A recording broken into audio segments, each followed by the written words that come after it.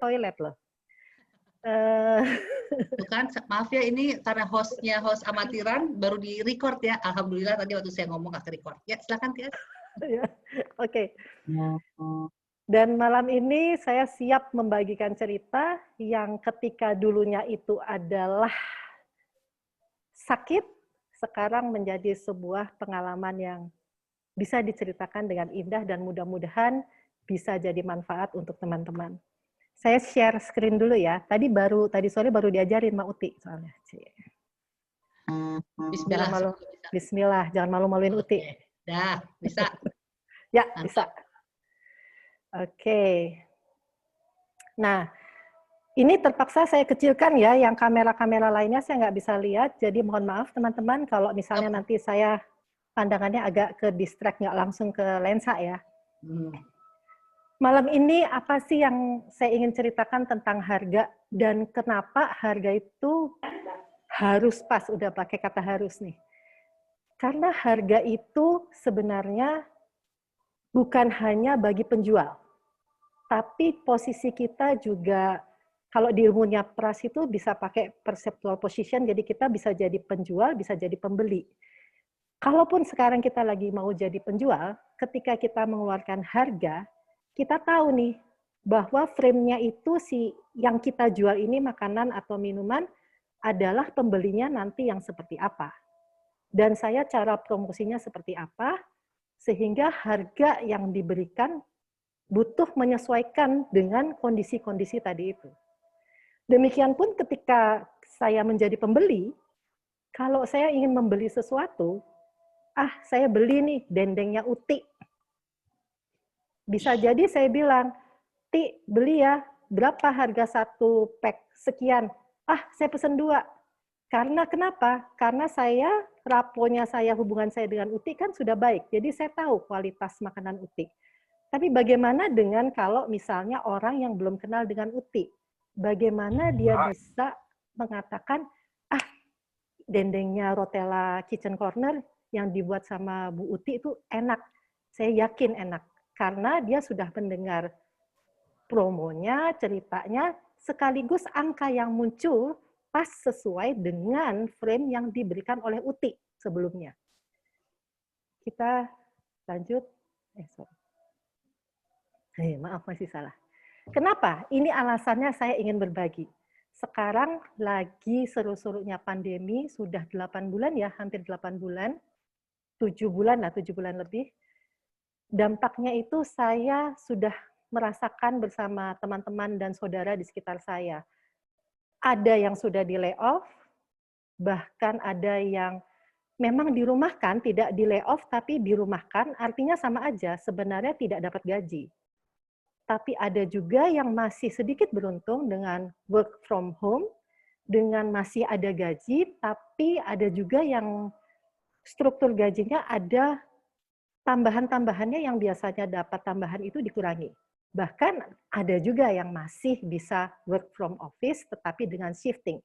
Seperti yang terjadi dengan saudara saya. Dia sekarang bekerja seminggu masuk, 3 minggunya dia di rumah. Ada juga yang seminggu dia 2 hari masuk, minggu depannya 3 hari masuk. Seperti itu. Jadi apa yang bisa kita lakukan?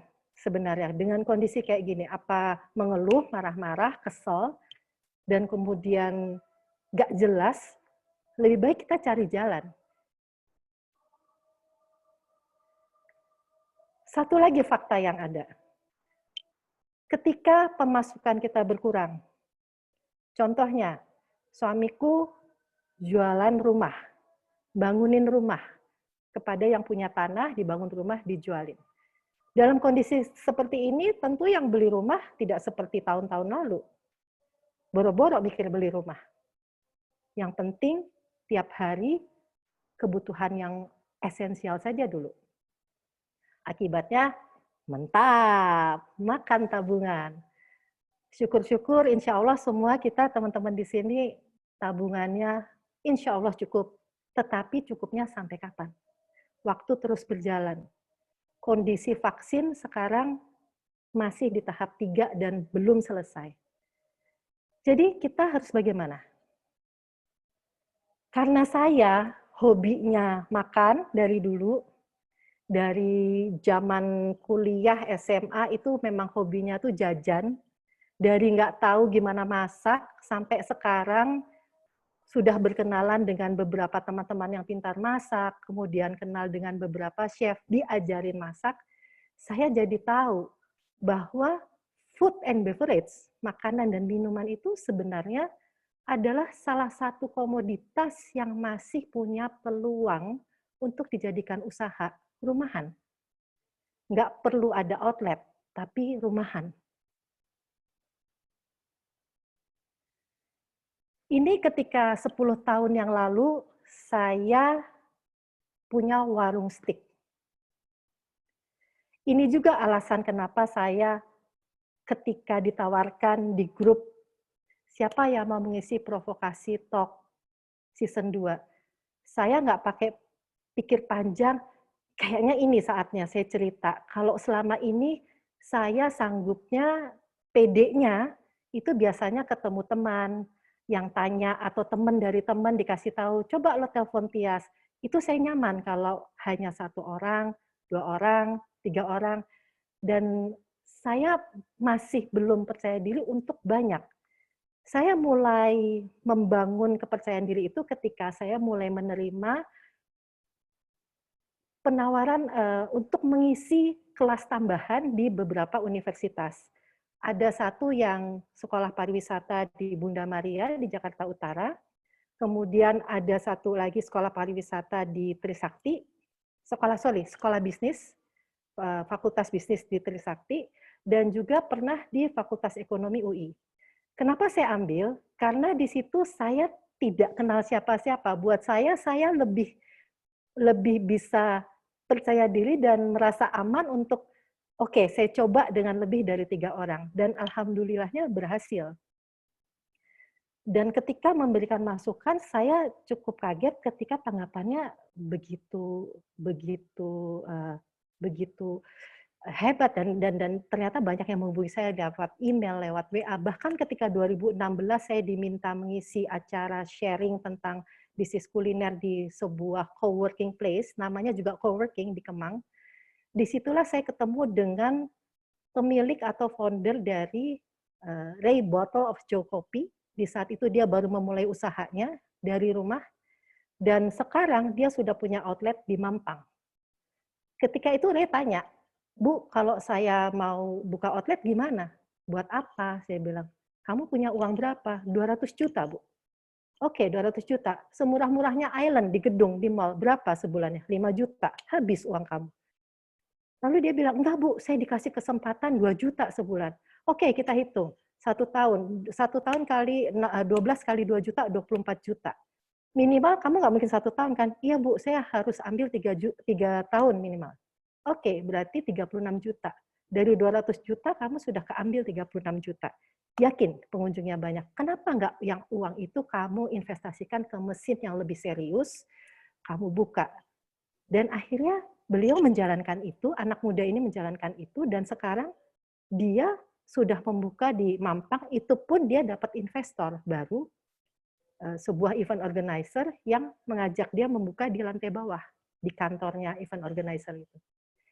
Juga saya bertemu di situ dengan anak muda yang mulai membuat puding susu yang sekarang kita kenal yang warna biru, mereknya itu namanya Puyo. Ketika itu dia cerita, saya riset ini selama 8 bulan.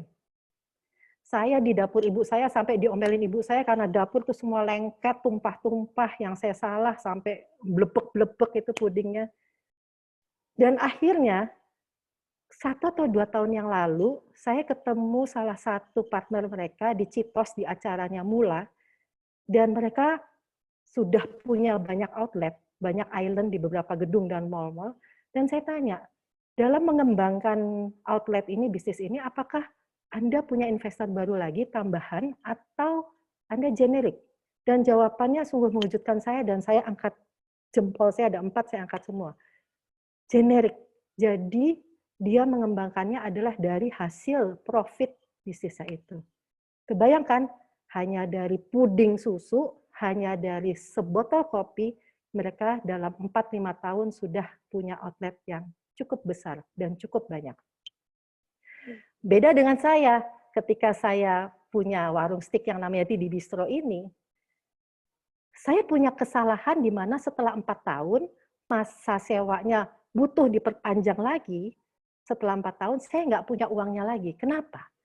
Saya salah harga. Dan apesnya salah harganya justru di menu utama saya dan menu terlaris saya, yaitu salmon steak. Bayangkan, di kala itu saya jual dengan harga 65.000. Yang ketika saya ketemu chef di kelas yang saya belajar dengan seorang konsultan dari orang Jerman tapi sudah lama di Indonesia, namanya Mr. Christian Schild. Beliau cukup lama memegang konsultan di Aerowisata, perusahaan catering untuk yang melayani pesawat Garuda Indonesian Airways. Dan beliau mengajarkan bagaimana cara menghitung akunting, tapi bukan untuk orang akuntan. Yang bukan akuntan saja bisa. Dan ternyata bisnis food and beverage secara umum dilakukan seperti itu. Dan harga minimal yang harusnya saya berikan saat itu adalah minimal di 87.500. Di tahun itu, di 2006 sampai 2010, seharusnya bahkan orang ada yang sudah menjual 90 dan 100.000. Akhirnya, 2 tahun terakhir saya berusaha mengejar, tapi tidak tertolong. Kenapa saya ingin bagi? Supaya teman-teman tidak mengalami itu. Yang saya tidak lakukan adalah ini namanya, menu engineering. Apa sih menu engineering itu? Menu engineering itu adalah perkawinan 3 ilmu. Ada ilmu promosi, ada ilmu psikologisnya. Psikologis itu lebih kepada produk itu yang nanti pakai storytelling, yang sekarang seperti itu kan, bahwa produk ini dekat dengan ibu-ibu, atau dekat dengan bapak, atau dekat dengan pegawai. Dan yang ketiga adalah hitung-hitung. Hitung-hitung itu, saya kenapa nggak mau pakai tulisan akunting, karena kayaknya akunting itu terlalu secluded sekali hanya untuk akuntan. Sementara hitungan ini bisa dilakukan oleh siapa saja asal mau. Yang saya lupakan dari hitung-hitung itu adalah ini. Penghitungan bahan baku dan juga penghitungan pengolahan bahan pangan saat disiapkan untuk menjadi sebuah menu yang disajikan. Ini sangat-sangat benar-benar penting dan saya lewatkan. Sehingga saya tidak punya cost control yang lengkap. Walaupun ketika itu saya sudah menerapkan sistem pembelian dan supplier itu semua terdata dan saya pegang angkanya, saya pegang sendiri negosiasinya. Kemudian penerimaan bahan ada orangnya yang sekaligus menjadi chefnya ketika itu. Dia tepat cara menempatkannya, dipisah sayur sendiri, daging sendiri, bumbu-bumbu sendiri, semua tepat. Kemudian quality control, apalagi dia beli bahannya yang bagus, salmonnya yang bagus, ayamnya yang bagus, penyimpanan juga, SOP bahkan dibuat. Bagaimana cara memasak salmon, bagaimana cara memasak, itu semua ada dibuat di dalam sebuah map. Dan setiap yang memasak bisa melihat di situ. Jadi siapapun yang ada di situ bisa melakukan itu. Tapi saya melupakan ini. Harga jualnya salah. Sehingga, kenapa bisa salah? Karena saya ada leak di perencanaan menu dan juga di penghitungan biaya. Kenapa bisa begitu?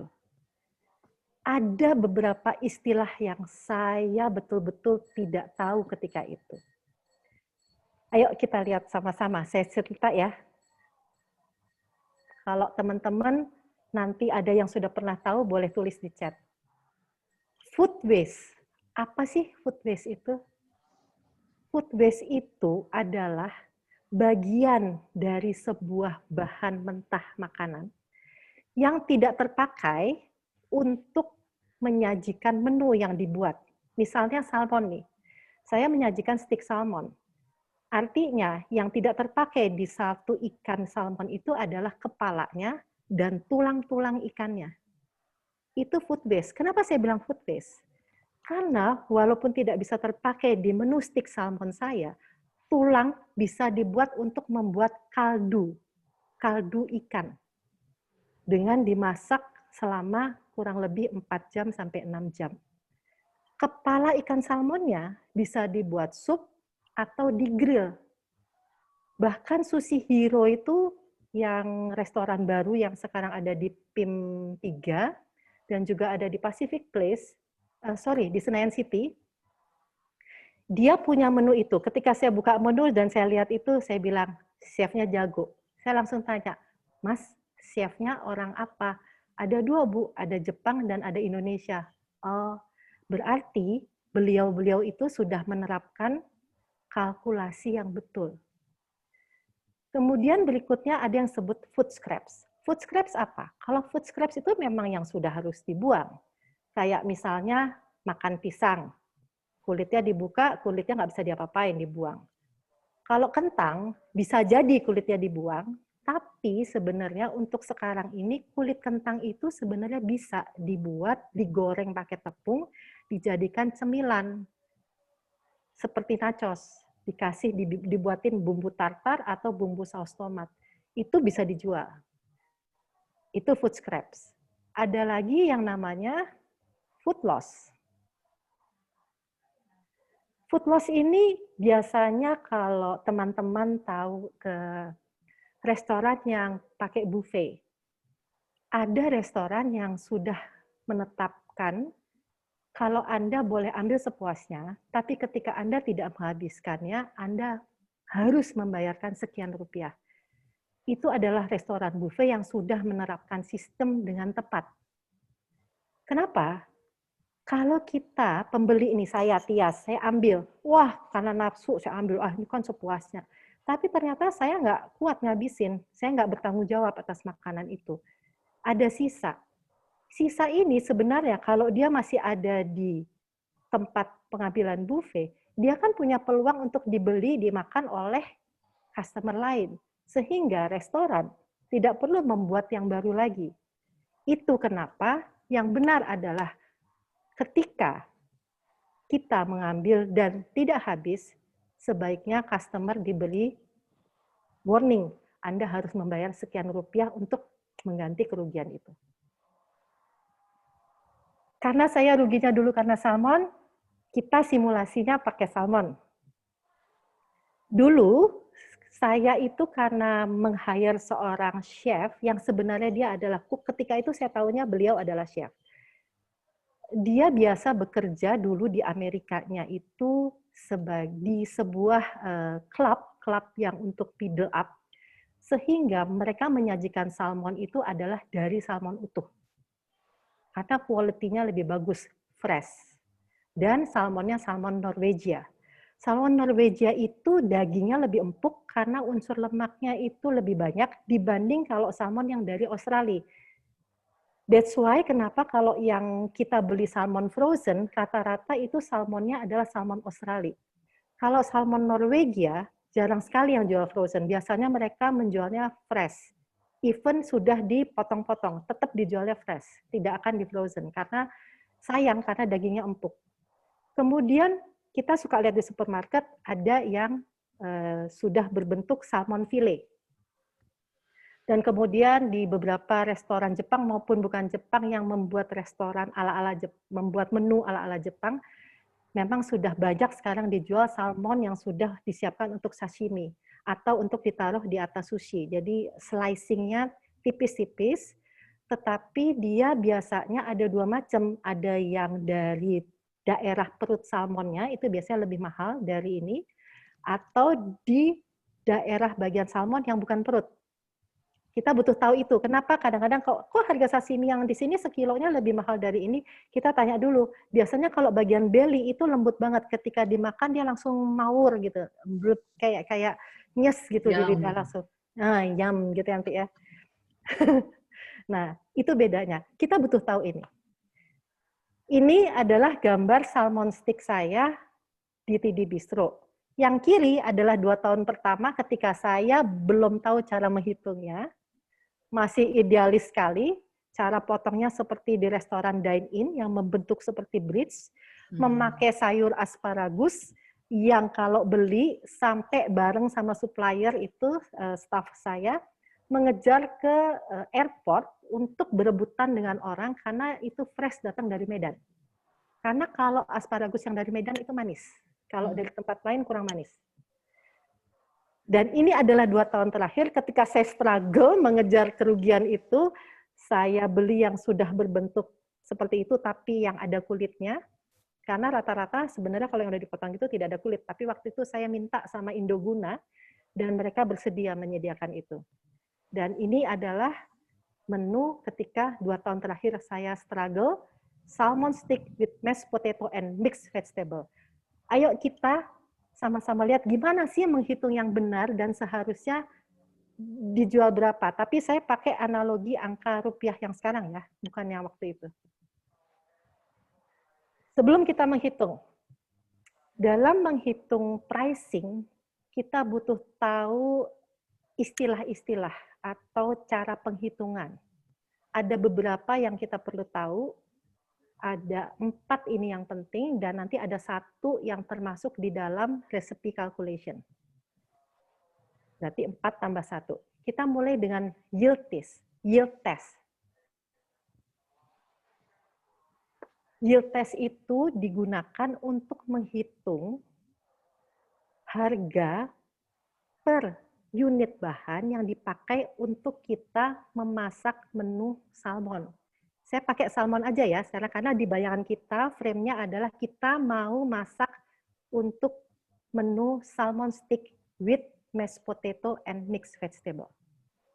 Biasanya yield test ini ditujukan untuk bahan-bahan yang sayur, buah, kemudian makanan yang di dalam kemasan kaleng, dalam kemasan dos seperti tepung atau susu yang dalam box atau bottling. Misalnya ada saus-saus bottling atau madu atau misalnya minyak goreng atau apapun itu. Sedangkan kalau yang kedua, meat test itu digunakan untuk menghitung tadi sama hitung cost per porsi setelah daging ayam atau daging sapi atau daging kambing atau daging babi atau daging ikan, daging udang, daging cumi itu dibersihkan dan dipotong. Nanti akan lebih jelas ada di hitung-hitungannya. Kemudian, oh ya tadi yang di yield test juga termasuk, saya lupa, kacang-kacangan. Kayak beras, kacang-kacangan itu almond, kemudian yang grain bentuknya beras, kenari, yang seperti itu, yang kayak buah biji-biji kering itu. Kalau bumbu-bumbuan masuk situ juga nggak, Yas? Bumbu-bumbuan itu tergantung nanti, Ti. Kalau dipakainya dalam jumlah banyak, dihitung masuk ke yield test. Tapi kalau dia hanya supporting kayak lada, garam itu, nanti masuk ke lain-lain.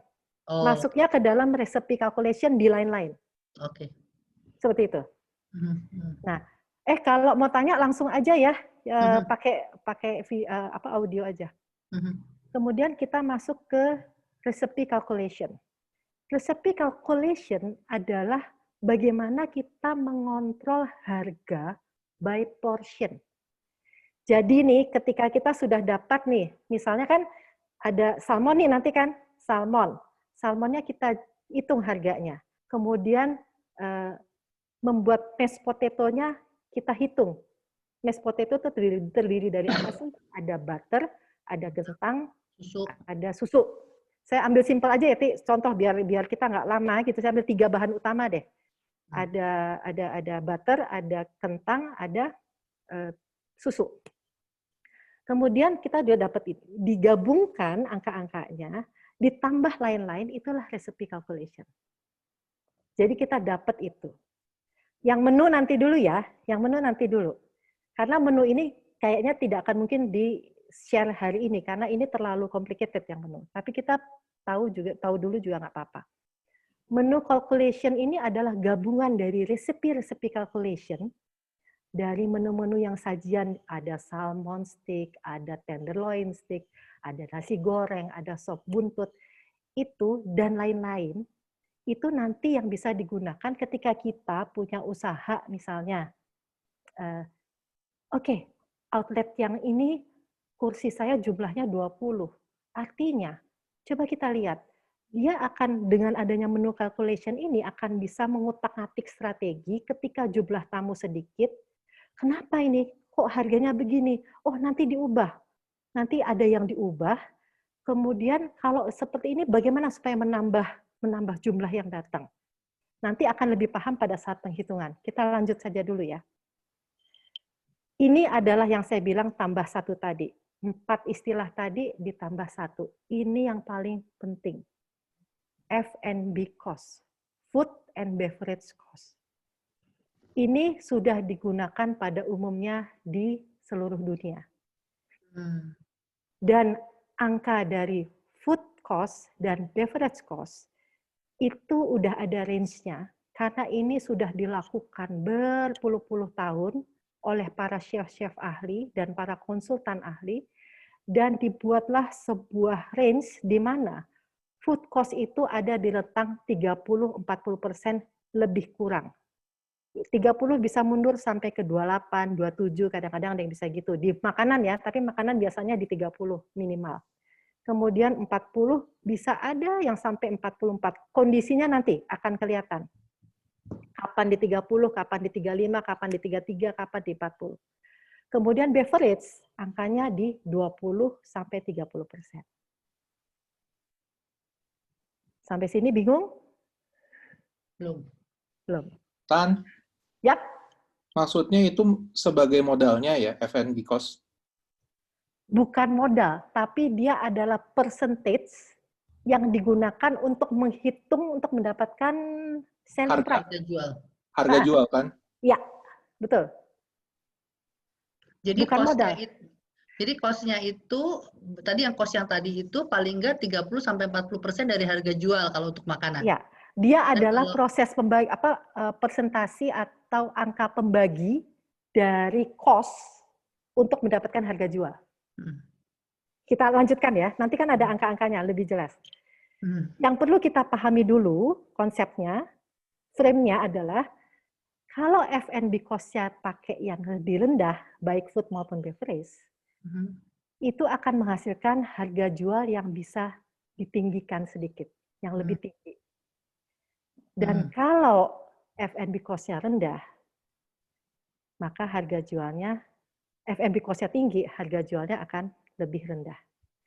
Sehingga ini nanti yang akan kelihatan gini, kenapa sih orang jual minuman bisa lebih untung?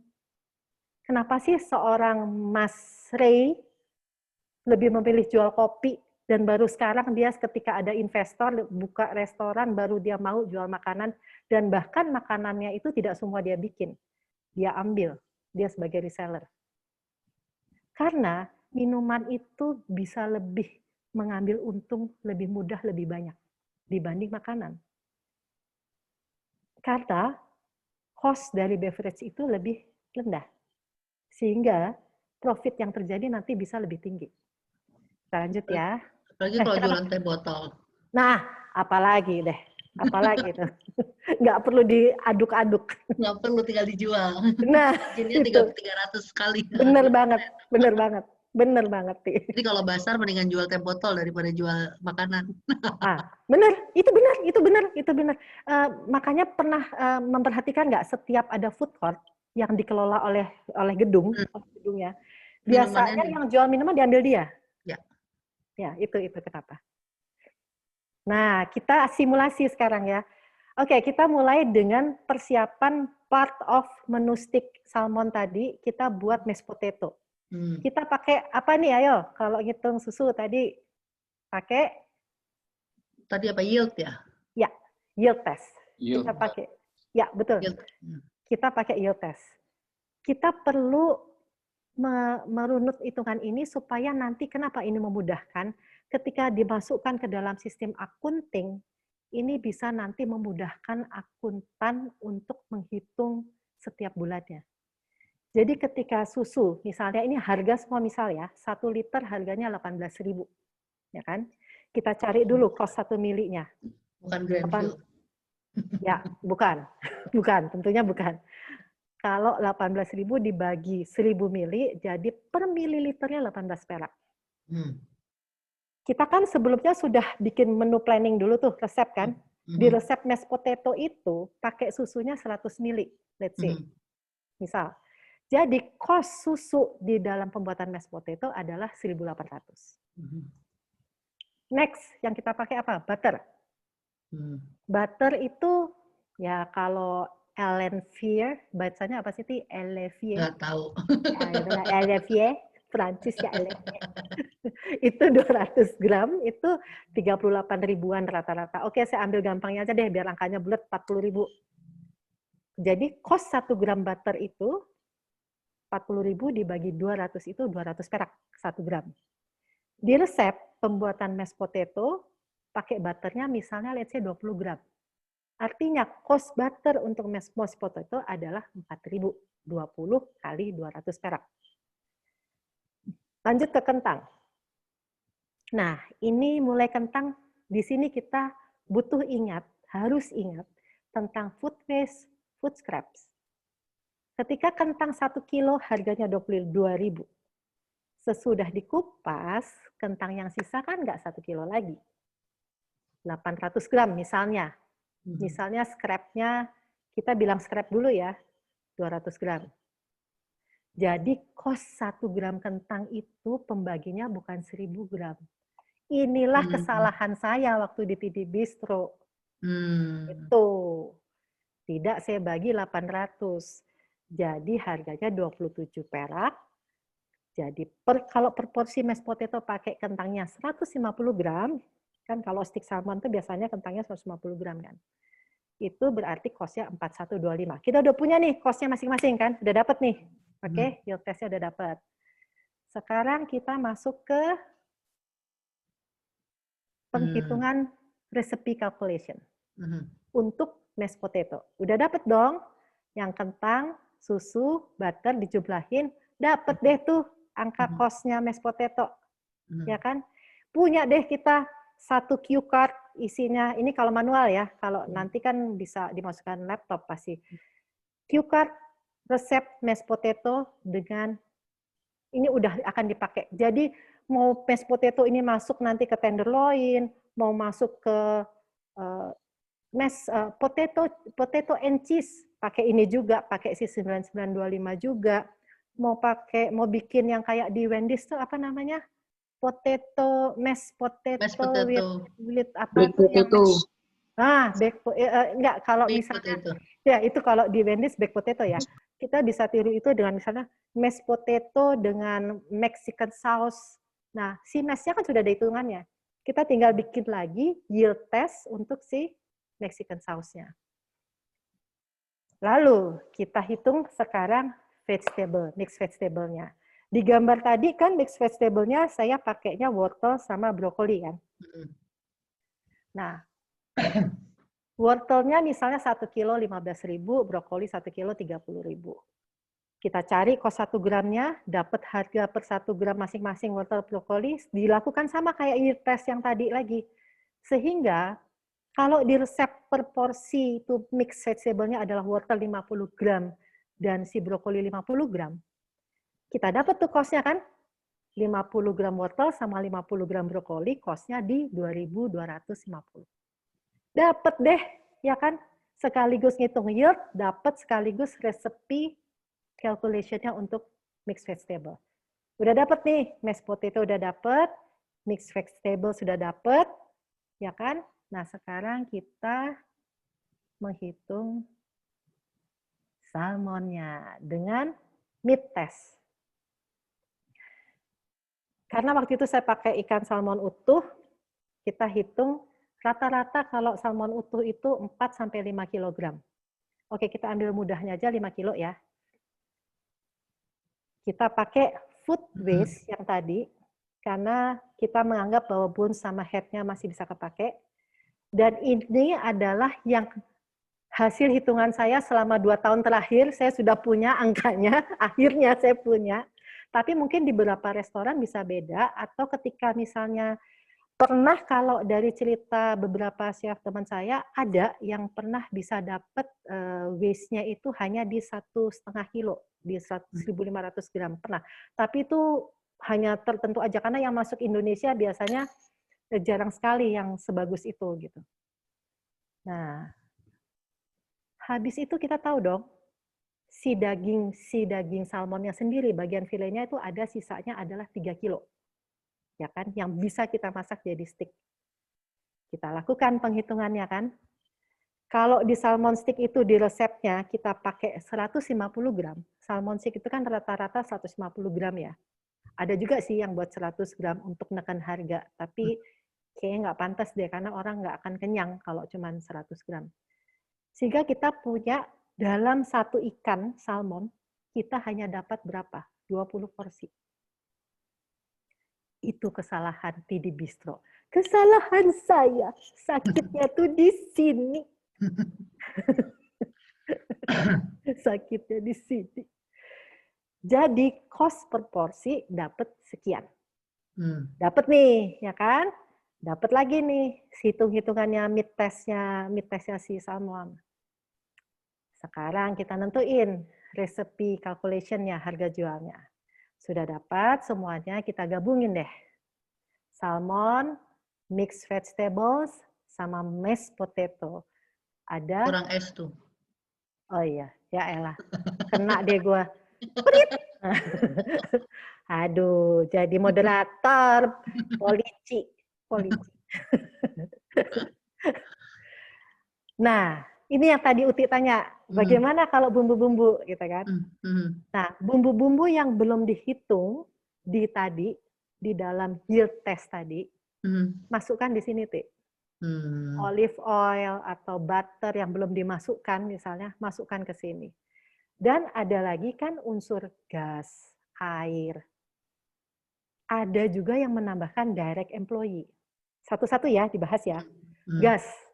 Gas ini angka 10% ini sebenarnya sangat tergantung. Apakah gasnya kita pakai gas rumahan atau gas untuk bisnis yang tingginya 2 meter itu akan beda persentasenya pasti. Itu biasanya sih memang menyebutnya sih sebenarnya bukan rule of thumbs ya, tapi lebih ke hasil meeting atau diskusi antara chefnya, penanggung jawabnya, chef eksekutif, dengan asisten chefnya, biasanya demi chefnya atau chef asisten lah, dan juga dengan owner biasanya, kalau ownernya mau terlibat, atau paling tidak dengan wakil owner lah, misalnya direktur apa ya, biasanya direktur operasionalnya lah biasanya. Itu ditentukan nanti mau di berapa. Kemudian air juga. Airnya kan tergantung nih pakai air tanah atau dia butuh yang misalnya karena di situ air tanah nggak memungkinkan, dia butuh reservoir. Tentu butuh biaya lebih mahal dong, ya kan? Direct employee, ada yang memasukkan, ada yang enggak. Tapi rata-rata kalau sudah level chefnya tuh chef eksekutif, dia biasanya kan di situ adalah di kepala dia adalah harta karunnya, itu adalah think tank-nya dia, hasil idenya dia untuk menghitung itu, dan dia membuat menu engineering, biasanya semacam, kalau dianalogikan kayak kalau di musik atau apa itu royalti, tapi sebenarnya nggak kayak royalti, karena ini nggak harus. Kalau royalti kan ada selalu, kalau ini tergantung nanti negosiasinya antara chefnya dengan owner. Udah dimasukkan nih 10% dari si total cost yang tadi kan. Oke. Dijumlahkan dapatlah angka itu. Disinilah yang tadi istilah satu itu setelah 4 hal yang tadi yang kita perlu lihat, ada satu F&B cost kan. Masuk di sini. Kapan kita pakai food cost 40%, kapan 35%. Lihat deh hasilnya. Jadi faktor cost ini, food and beverage cost ini adalah faktor pembagi. Makanya ketika dihitung, kita jadikan perkalian supaya lebih mudah, 100 per angka berapa, kita pakai konstanta berapa, apakah di 40, 35, 30, dikalikan dengan si total cost yang tadi, yang sudah 3 bahan tadi, ditambah lain-lain. Kita lihat nih, ada angka 153, ada angka 175. Bagaimana menentukannya? Mau yang mana cost-nya? Apakah kita perlu, walaupun maksimal rentangnya di 40, saya nggak mau di 153 tapi saya pakai 42%, 45%, ada. Tapi pada kondisi apa? Kondisi ketika restorannya memang nggak seperti restoran Misalnya, tahu Rustic nggak yang di Senayan, Plaza Senayan? Yang kalau mau ke bioskop naik tangga berjalan, di sebelah kanan itu ada restoran steak yang paling murah, harga steaknya kalau nggak salah 200.000, kalau nggak salah. Dia pakai food cost-nya kalau nggak salah di 30 something. Di bawah 35%. Kenapa? Masuk akal. Chefnya bule. Ada 2 yang bule. Walaupun yang lain ada Indonesia. Sewa di Plaza Senayan, mahal. Maintenance service-nya mahal. Outfit untuk para pegawainya dibuat khusus, karena itu dine-in. Interiornya mewah. Karena yang datang ke situ adalah ibu-ibu pakai tas minimal Louis Vuitton. Nah, yes, nanya ya. Boleh nanya ya? Ya. Jadi kalau harga sewa apa segala macam itu jadi pertimbangan untuk food cost-nya. Jadi dia nggak masuk di lain-lain ya? Masuk nanti kan ketika kita, nah ini malam ini nggak sempat saya bahas nih, karena sebenarnya kan struktur ini sebenarnya kalau dalam bisnis itu, dalam usaha kan ada yang namanya biaya fixed cost, ada variable cost, itu butuh dimasukkan lagi kan? Ini semua variable cost-nya berarti ya? Ya, jadi ada direct cost, ada indirect cost kan? Nah, indirect cost itu kita lihat lagi nih, Ti. Kan ada harga jual nih, ada harga jual kan? Ada cost-nya nih, cost-nya tadi kan 61.000. Harga jual 175 nih. Nah, si direct cost-nya berapa nih? Direct cost-nya kan kita dapat misalnya lain-lainnya masuk ke dalam direct cost nih misalnya nih, karena sudah ada di sini nih, ya kan? Karena sudah ada di sini dimasukkan ke direct cost. Indirect cost-nya kita lihat apakah cukup kalau kita di 175 dengan cost 61, selisihnya berapa, si indirect ini masuk nggak? Nah, itu yang perlu dimitingin antara si chef, nah itu biasanya berantem tuh di situ tuh. Antara idealisme si chef dengan kebutuhan bisnis logik si pengusaha. Nah, biasanya ini, kalau ini memang butuh dirumitifikasi memang kalau restorannya bentuknya seperti itu. Tapi kalau misalnya kita jual online gitu berarti cukup sampai sini aja kan ya? Cukup sampai sini. Karena memang hitungannya kan kita dari rumah kan, kita tidak ada sewa, tapi jangan lupa Ti, walaupun nggak ada sewa, di lain-lain ini jangan lupa loh kita hitung listrik, air, gas, listrik. Dan yang sering dilupa direct employee. Ya. Kita, Uti membuat. Uti membuat itu dihargain berapa? Kalau itu sih hitung-hitungan sendiri aja, diskusi sama Pras aja loh. Kan Pras takut tuh pasti, gua mau segini ya, Pras ya kata Pras. Itu nggak Pras? Ampun guru, ampun. Kira-kira seperti itu kalau memang ini kita jualan. Tapi kenapa saya ambil dari yang terumit? Karena supaya lebih mudah kan untuk ngilangin, oh ini nggak perlu gitu. Dibanding saya mulai dari yang hanya nggak perlu pakai ini, nanti malah bingung. Jadi ketika sudah ada, ya dalam. Tanya dulu dong, itu kan tadi ada direct employee dan itu 10% udah digabung dengan segala macam urusan dunia dan urusan akhirat. Itu misal ya 10 ya. Iya misal.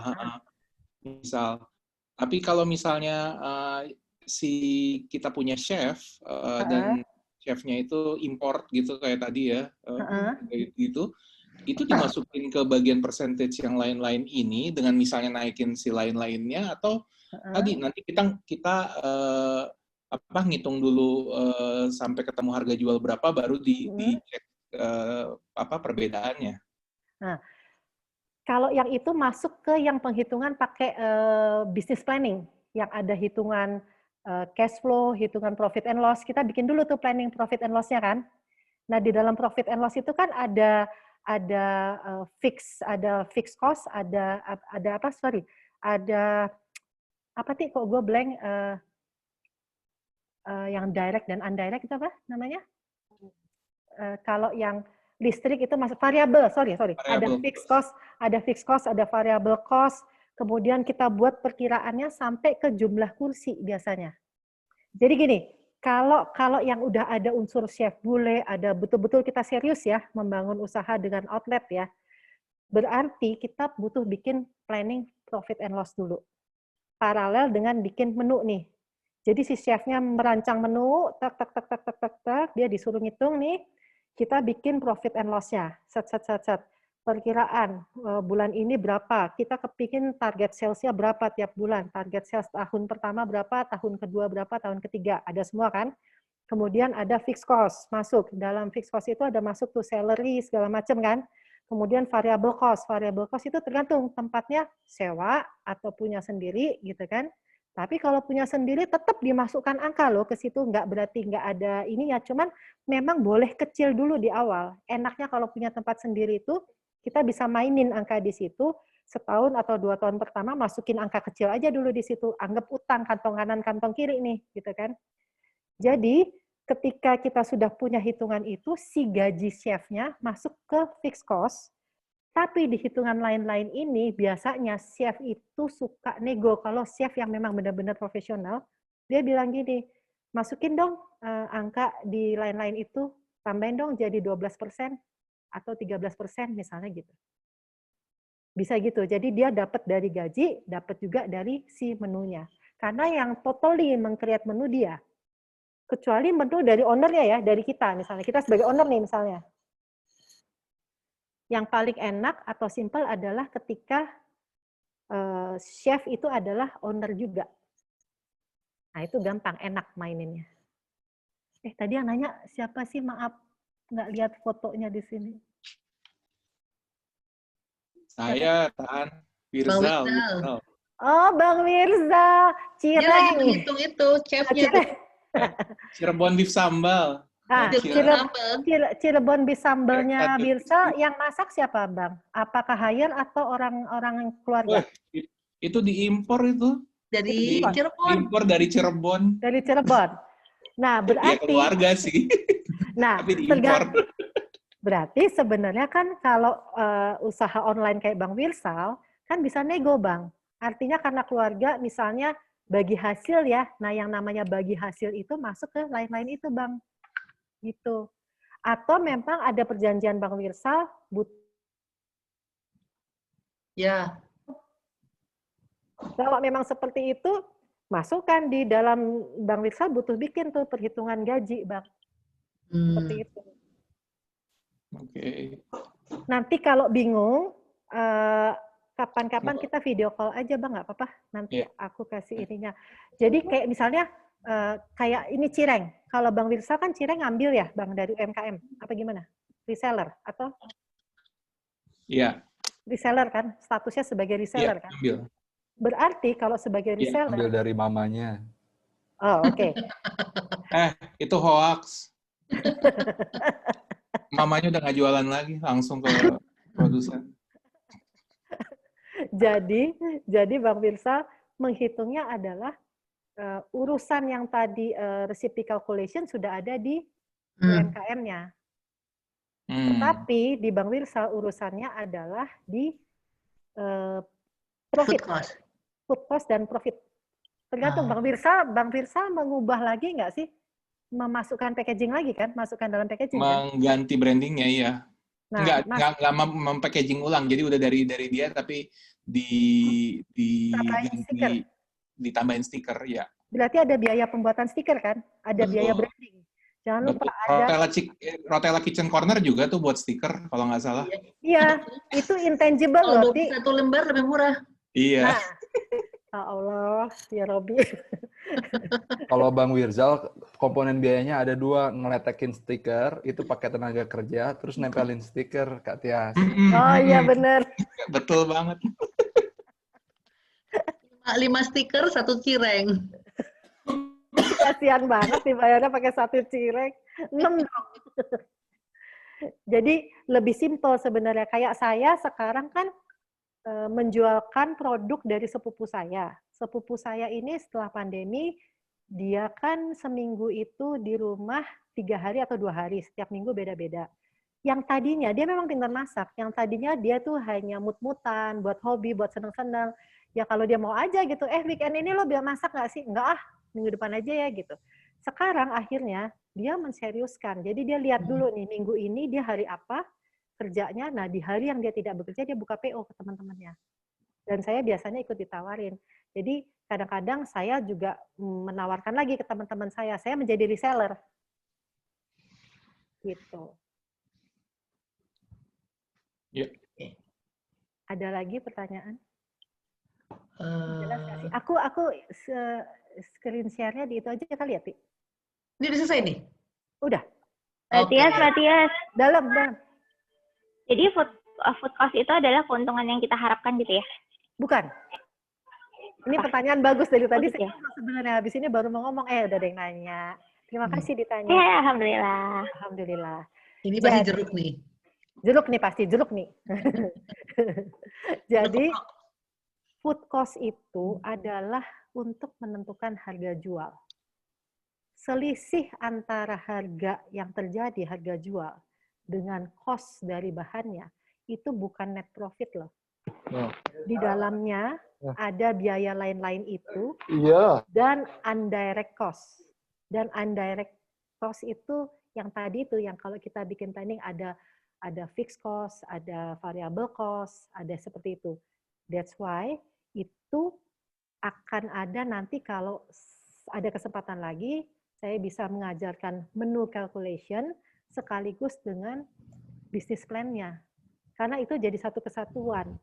Jadi ketika kita punya bisnis plan, ketika kita punya target sales, kita tahu nih jumlah kursi kita berapa, atau misalnya kita rumahan tapi kita punya banyak menu, gitu kan, punya banyak menu. Karena sekarang pandemi, restoran ditutup kan. Nah, ini sebentar saya lanjutkan dulu. Nih, contohnya nih. Kemarin itu ketika bulan Agustus saya ikut kelasnya Mas Bisma, panggilannya Mas Bim Bim. Beliau itu adalah konsultan food and beverage. Beliau sendiri punya outlet online sebanyak 160 outlet dan semuanya profit. Dia cerita, omset yang punya outlet, usaha F&B yang punya outlet, itu tuh turun 50%. Yang biasa sebulan terima 400 juta, rata-rata di 150 sampai 200. Yang terima sebulan 40 di 15 juta sampai 20 juta. Itu per Agustus kemarin. Nggak tahu sekarang. Ketika sudah mulai dibuka PSBB-nya. Mudah-mudahan ada naik. Tapi kan sekarang mau ditutup lagi nih. Dan mereka diselamatkan oleh take away dan online order. Bagi yang udah siap nih kayak bakmi GM, Hoka-Hoka Bento, apalagi ya, itu mah udah biasa buat mereka. Dan para usaha-usaha online kayak Kopi Tuku, ini sih nggak masalah. Nggak pengaruh buat mereka karena sudah terbiasa melakukan itu gitu kan. Nah, kemudian ini. Jadi kita ini butuh gimana sih? Ketika ini ceritanya sepupu saya nih, ketika dia yang tadinya sambilan, sekarang jadi tambahan. Mau nggak mau, karena dia WFO. Saya punya satu ponakan lagi. Dia jadi freelancer di sebuah organized wedding organizer. Kan nggak ada nih perkawinan yang butuh tenaga dia untuk bikin seserahan yang banyak. Nggak ada. Dia make up artisnya. Nggak ada yang mau di make up artis sebanyak yang dulu lagi drop semuanya. Dia nggak bisa masak. Tapi dia punya ide. Dia cari pabrik yang bikin roti maklon yang tanpa merek. Saya belajar kata maklon dari Mbak Dewi Hadi nih. Jadi itu tanpa merek. Dia ambil dan dia jadi reseller. Dia bikin brand sendiri, bikin stiker kayak Bang Wirsal sama Uti. Dia bikin stiker sendiri, kemudian dia bikin promosi sendiri karena kebetulan dia jago kan mempromosikan. Dan omset dia sudah lumayan 1 bulan itu. Saya tanya, dia nggak mau jawab sih. Dia bilang, enggak nanti disuruh Tante Tias traktir katanya. Akan gue bener-bener deh. Dasar. Yang penting aku happy Tante, katanya gitu. Dasar deh. Itu udah banyak loh sekarang yang seperti itu, pabrik-pabrik. Bahkan ada seorang teman saya dari asosiasi penulis, beliau kebetulan punya ide untuk menyelamatkan, ada temennya yang punya pabrik roti down, pesanan dari hotel-hotel dan Horeca itu turun, tidak ada yang ambil. Karena dia menjual maklon juga, roti-roti. Horeca apa ya? Banyak yang nggak tahu loh. Turun, nggak pesen. Oh, hotel, restoran, kafe. Sorry, hotel, restoran, kafe. Dan Horeca, gitu. Dan dia mengumpulkan chef-chef pastry yang di layoff, yang dipecat-pecatin, dia bikin 6 bulan sudah berjalan ya, sejak pandemi, omset dia sekarang 1.000 pieces roti keluar. Per hari? Per hari. Wow. Jadi banyak cara kok, walaupun nggak bisa masak, bisa jualan. Ya, mendingan begitu, nggak capek. Apalagi chief ekonomis Dana Reksa yang namanya Bu Mukti Prastiani bilang, Itu siapa itu? itu orang hebat. Saya nonton tuh di CNBC TV. Ini penting banget. Calon ini menteri, penting calon banget. menteri. Amin.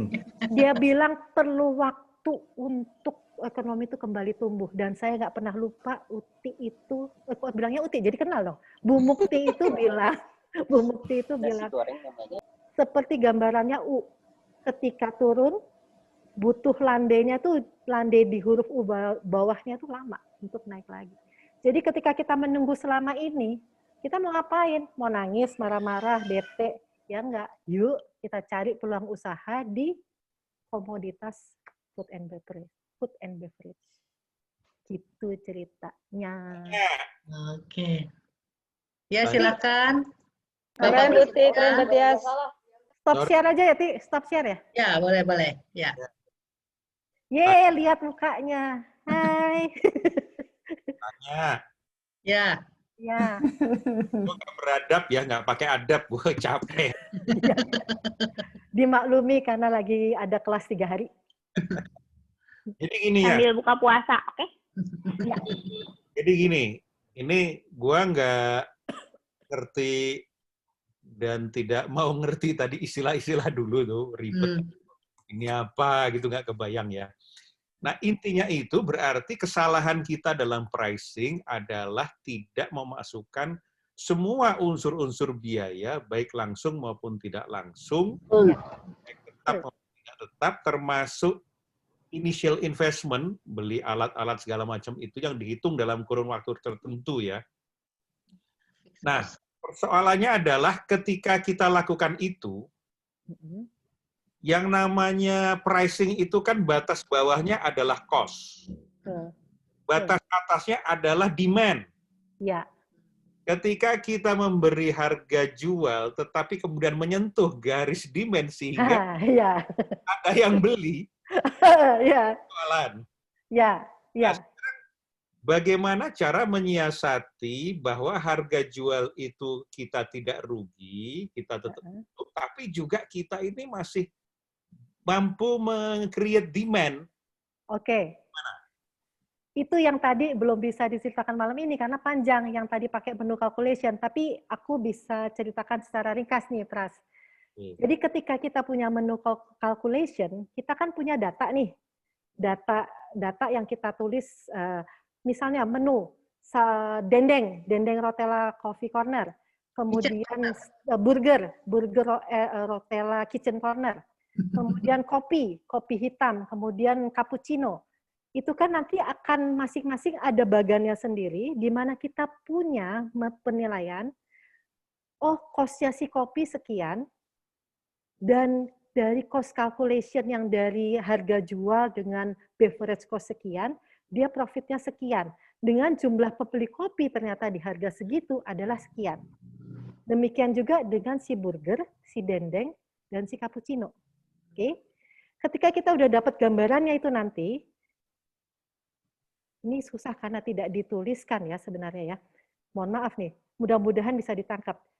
Kita bisa lihat kan, oh jumlah pembeli kopi sekian, jumlah pembeli dendeng sekian. Misalnya jumlah pembeli kopi 20, jumlah pembeli dendeng 15, jumlah pembeli burger 30. Kemudian jumlah pembeli cappuccino 25. Loh, kenapa ini burger sama cappuccino bisa laku? Gimana caranya supaya kita dendeng sama si tadi apa kopi hitamnya itu bisa sama banyaknya? Oke, kita berkorban deh di sini. Yang di sini kan food cost-nya udah cocok nih, karena sudah memenuhi demand orang kan, Pras.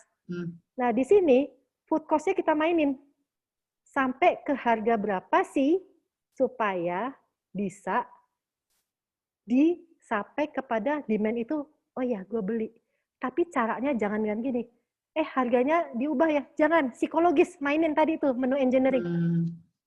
Dikecilin porsinya gitu. Ya, Tiasnya freeze. Atau gue yang freeze? Siapa yang freeze? Kok freeze? Yuk.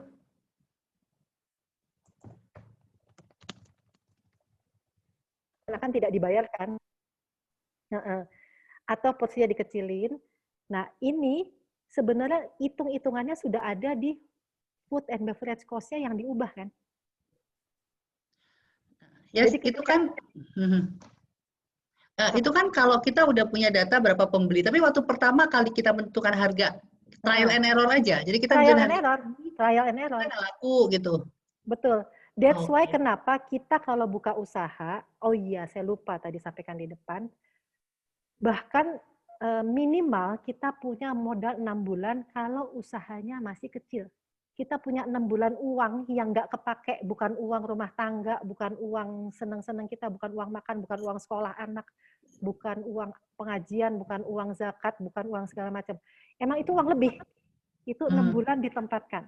Tapi kalau sudah naik lagi medium sampai ke besar bahkan, kita punya 12. uang itu 12 bulan. Jadi udah siap-siap rugi atau apa selama 6 bulan atau 12 bulan gitu ya? Iya.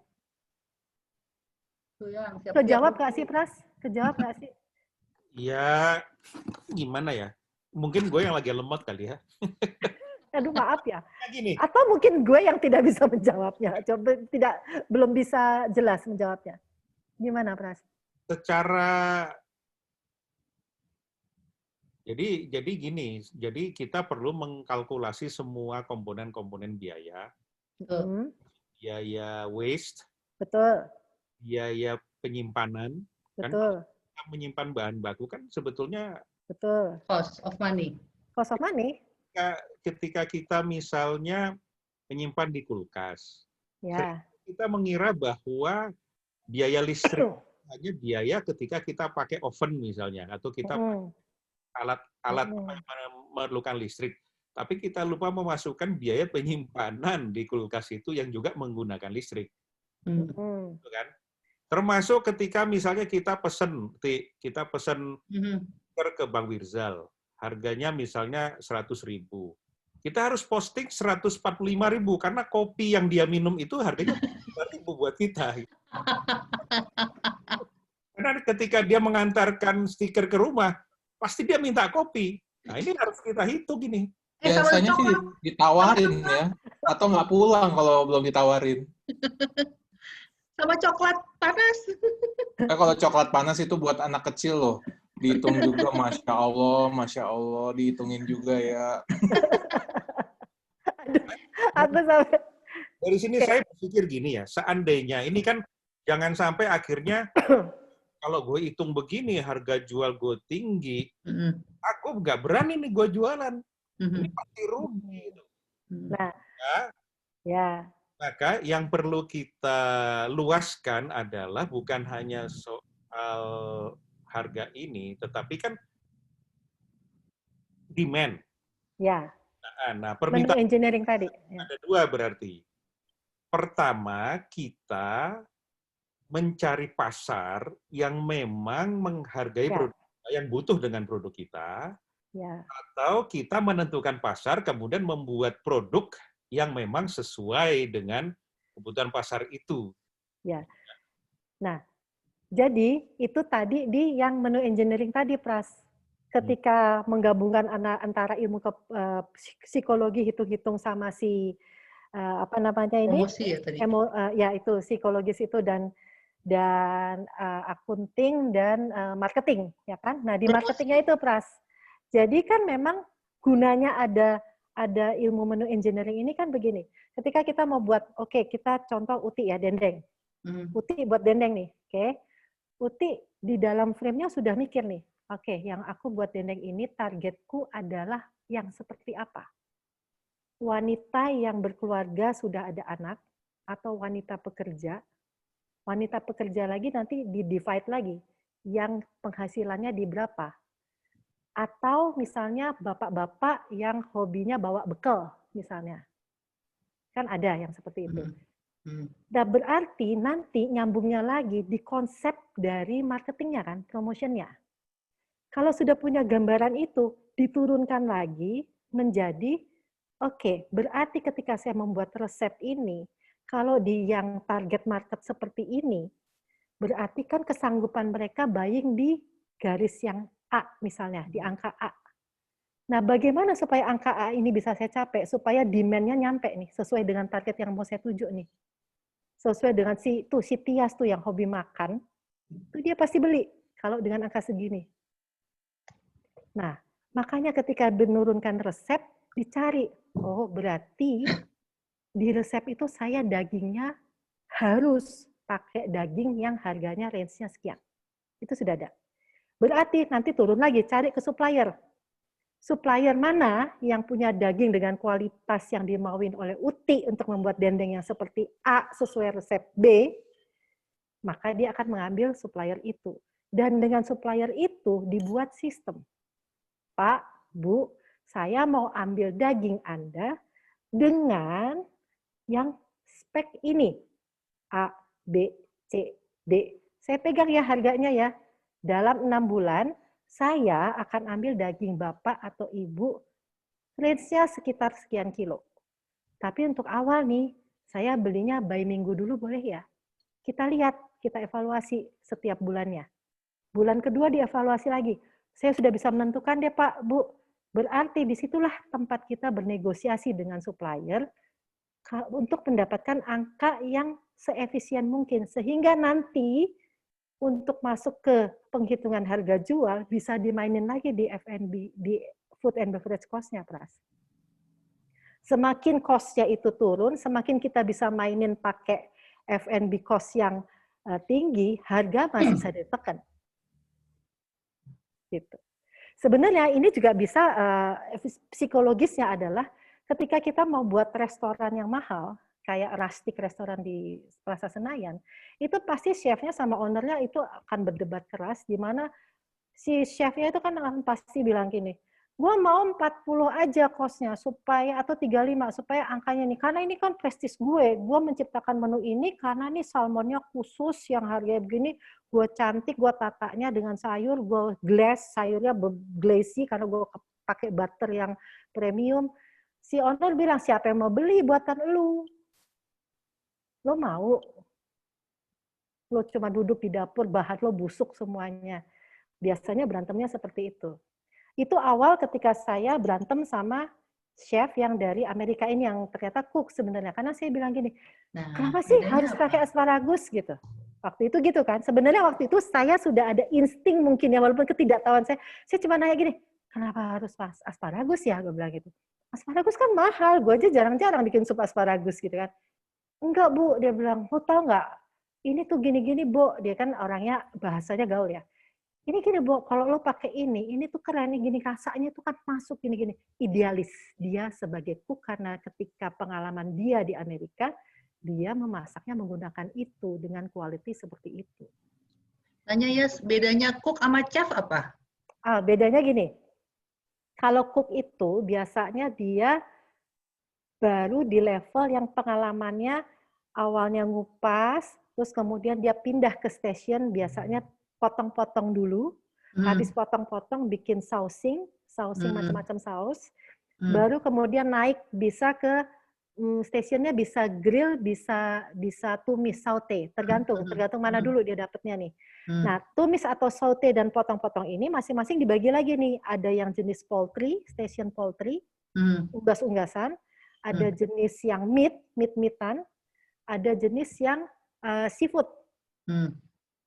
Yang paling susah adalah katanya ketika mereka biasanya kalau yang paling dasar itu yang washer, biasanya mulai dari tukang cuci, washer, tukang pel, baru naik itu biasanya suruh ngupas kentang sama bawang biasanya. Berhari-hari itu aja yang dikerjain. Gue juga di Australia 2 tahun cuma ngupas bawang doang kok. Lo jadi ya? Jadi apa? Jadi temporary worker? Wih, keren, mahal di sana, Ti. Kitchen helper mahal di sana. Yoi. Mahal. Kalau chef. Kenapa? Kalau chef? Kalau chef, itu sebenarnya chef itu ada beberapa tingkatan lagi. Jadi chef itu sesuai dengan pengalamannya dia. Kalau dia sudah pernah memegang restoran yang ada di jalur internasional, itu biasanya dia sudah langsung naik levelnya, langsung ke chef eksekutif. Karena udah chef itu dia udah ngelewatin cook. Udah ngelewatin cook. Oh, Udah jadi ngelewatin chef itu cook, di atas cook. dan dia punya kemampuan manajemen. Sama kayak direktur, manajer gitu. Oh, jadi chef itu manajernya dapur. Ya, dia punya kemampuan manajerial. Jadi tidak hanya skill dapurnya, tapi dia punya kemampuan manajerial. Berarti dia kalau di training company itu direktur program gitu ya? Ya, yang mengeluarkan ide, think tank-nya. Yang bikin meracikan menu training gitu ya? Ya. Kalau cook yang ngerjainnya. Cook yang ngerjain. Cook itu berdasarkan resep yang udah dibuat sama si eksekutif chef ini.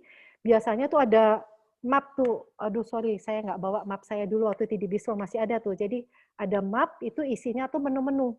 Bahkan kalau yang benar, restoran yang punya space cukup, itu biasanya di dindingnya dia pasang nih menu A.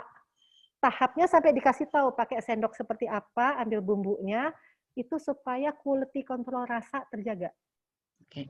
Nah, kalau misalnya kita apply di rumah tangga, itu kan tadi kan chef ya gitu. Nah, kalau misalnya kita apply di rumah tangga, gimana? Sama, di usaha rumahan disimplifikasi. Mbak Dewi baru datang. Hai Mbak Dewi, sama tapi disimplifikasi aja, Ti. Jadi misalnya gini, kayak, tunggu ya, aku ambil contoh apa ya. Oke, gini. Pisang goreng misalnya, kita mau jualan pisang goreng. Pakainya pisang tanduk, oke? Pisang tanduknya kita udah ukur yang kira-kira panjangnya 20 cm maunya, oke? Itu difoto pisang tanduknya, dikasih gambaran sentimeternya, itu difoto, dimasukkan dalam map. Oke, pisang tanduk yang seperti ini, low materialnya. Kemudian di halaman berikutnya, difoto lagi ketika dipotong. Satu pieces pisang goreng itu panjangnya ukurannya dari satu pisang tanduk 20 cm jadi misalnya 4 pieces. 4 pieces pisang atau 5 pieces pisang. Itu difoto, masukkan lagi, dan dalam bentuk tulisan juga. Kemudian bumbu-bumbunya ditulis, misalnya yang pakai gula aren, atau mau pakai goreng tepung, atau mau diurin keju, gramisasinya, difoto gramisasinya keju, gula aren. Repot memang. Dan memang ini challenging sekali ketika kita ketemu chef atau cook yang art, yang memang dari dalam, yang inside out, yang memang dia seniman, karena chef itu kan seniman juga. Nggak pakai ukuran ketika dia pintar masak, disuruh ukur dia gini, aduh harus banget ya. Ini terjadi di sepupu aku, dia pintar masak. Lo kalau mau jual gini-gini, itu sampai ngambek-ngambekan, berantem dia WA gini, terus gue gini, sampai gue cie ngambek nih ya, aku gitu. Gitu. Tapi dia bilang, udah belum sempet Mbak, aku masih sibuk di kantor. Kan ini bukan hari kantor, gue gitu. Sampai kayak gitu-gitu. Terus akhirnya sekarang, tapi alhamdulillah dia sudah bisa melawan egonya, dan menurunkan egonya. Udah Mbak, nih aku udah beli, dia pamer, dia foto, punya sendok ukur, punya ini, dia ukur, digramisasi, di miligramisasi, sehingga dia sudah punya hitungannya sekarang. Dan itu jadi bisa nanti nggak harus dia mengerjakan gitu ya? Enggak, ketika dia sudah punya itu, ketika Uti nanti sudah punya dendeng, ketika Uti hire orang, tinggal dia mengerjakan sama. Dan satu pesan dari beberapa chef profesional yang saya kenal, Chef Index, Chef Stefu, kemudian Chef Budi, Chef Ucu, semua bilang gini, jangan pernah takut kalau menghitung itu resepnya dilihat. Jangan pernah, kebanyakan pengusaha tuh rata-rata, aduh gimana ya kalau resep gue diambil. Ada dua pandangan. Ya, Chef Stefu bilang, Chef Stefu kan sekarang dia udah 2 periode nih Presiden Asosiasi Chef Profesional Indonesia. Dia cuma bilang gini, Bu, gini deh Bu, beli bahan yang sama, beli alat yang sama, saya beliin, Ibu di sebelah saya goyang ke kiri, Ibu goyang, saya garuk-garuk hidung, Ibu garuk-garuk hidung, saya ikutin gaya saya, persis, masakan Ibu sama saya pasti beda rasanya. Jangan pernah takut, dia bilang. Oke, Yes, ini ada pertanyaan dari Kang Hari. Oh ya, Kang Hari, terima kasih. Akan gendang. Salmon steak seharga tadi itu, baik yang FB cost-nya 40 atau 35% itu, menyasar segmen atau buyer persona yang seperti apa? Seperti yang tadi saya bilang itu Kang Hari, ketika restorannya ada di sebuah gedung atau restoran sendiri, yang interiornya mewah, yang tempat duduknya juga nyaman, Sehingga perhitungan pergantian konsumen dalam sejam itu bisa jadi belum berganti, bahkan satu konsumen dihitung bisa 2 jam. minimal 2 jam, sampai 3 jam. Dan yang masuk kalau bapak-bapak minimal sepatunya belly, kalau Belly perempuan, perutnya.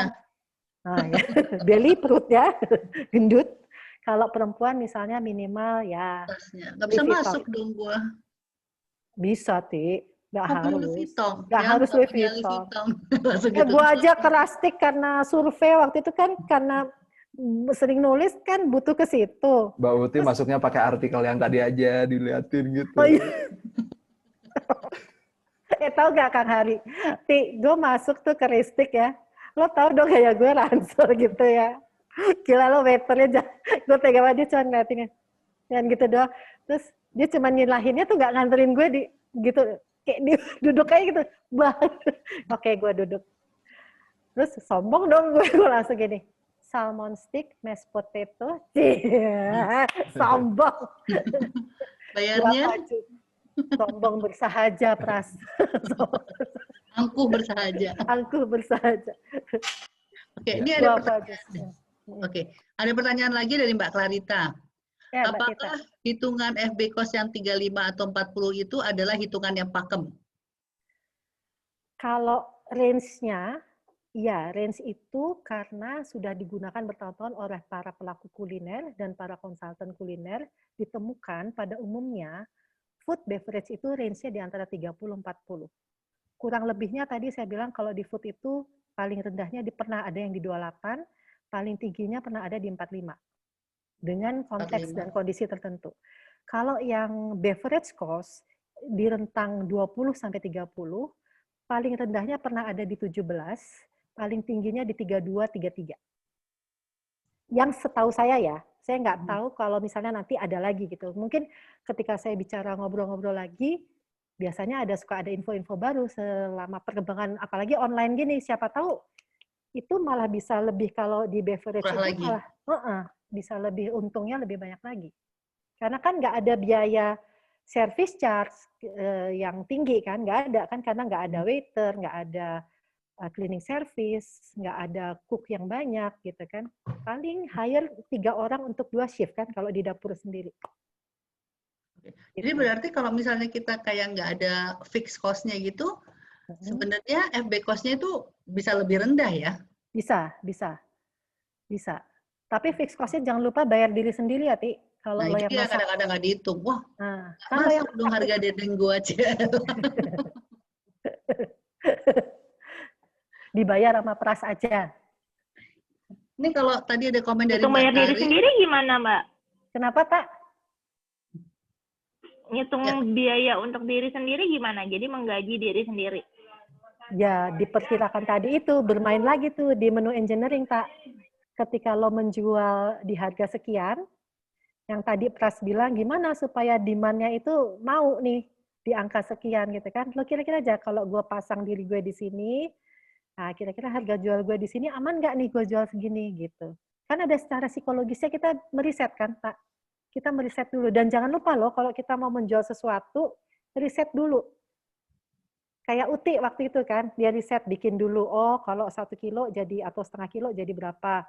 Terus kemudian Uti kan minta teman-teman mencoba kan, gimana rasanya. Itu kan salah satu proses riset sederhana yang disimplifikasi. Kalau restoran kan biasanya FGD kan, dia pasti manggil orang lah gitu. Ada kelompok FGD. Oke, kalau misalnya ini kalau secara ekonomi sih yang kita bisa basisnya itu adalah opportunity cost. Maksudnya waktu yang kita pakai untuk masak itu kalau kita dipakai untuk kerja, kira-kira kita dibayar berapa? Jadi pakai yang namanya opportunity cost. Jadi kalau misalnya kita kalau kerja di kantor tuh sehari dibayar berapa? Nah, kalau waktu yang kita pakai di kantor itu sekarang kita pakai buat masak. Nah, kira-kira berapa sih gitu. Itu dasarnya. Nanti baru kita lihat lagi tadi yang ke menu engineering kalau kita samakan harga kita di opportunity cost kita itu masukin ke harga kita, kira-kira masih ada yang beli apa enggak sih gitu. Ya. Nah, itu baru bisa. Tapi at least dasarnya kalau saya pakainya itu adalah opportunity cost kalau di ekonominya ya, yaitu kalau saya ngerjakan pekerjaan yang lain tuh saya dibayar berapa sih gitu kira-kiranya. Karena Itu ilmu tuh. kadang-kadang kita bisa lebih rendah karena kita melakukan misalnya masak itu karena memang kita senang masak gitu kan. Jadi ada harga lain selain rupiah. Nah, itu juga bisa kita masukkan. Nah, itu ilmu baru tuh dari Uti itu. Oke, Bisa oke. seperti itu cara ngitungnya tuh, Tak. Iya, bagus banget. Nah, thank you ya, Ti. Jadi ngebayangin kalau makanan yang Bu Uti jual jadi mahal. Gajinya gede soalnya. Demandnya nanti bawel. Demandnya bawel. Bukan harga. Jadi ada keputusan lain. Itu harganya lebih tinggi. Ya, ya. Ini ada masukan lagi dari... Oke, silakan. Kan orang itu membeli berdasarkan value. Value itu adalah manfaat bagi harga, dibagi pengorbanan. Artinya kalau seandainya kita menyadari bahwa harga kita ini termasuk yang tinggi, supaya dibeli adalah kita memberi perceived value, persepsi tentang value produk kita. Nah, persepsi tentang value produk kita itu paling tidak pertama kita menciptakan produk yang memang quality. Supaya bisa kita terapkan premium price. Nah, kedua adalah persepsi value itu kita bisa ciptakan melalui story. Ya, Kang Wawan tuh, Kak Wawan. Nah, ketika kita berhasil menciptakan, jadi sebetulnya orang itu seringkali tidak hanya sekedar membeli fungsi, tetapi membeli emosi. Iya, benar. Itu diciptakan dengan story. Orang tidak membeli produk, tapi membeli story.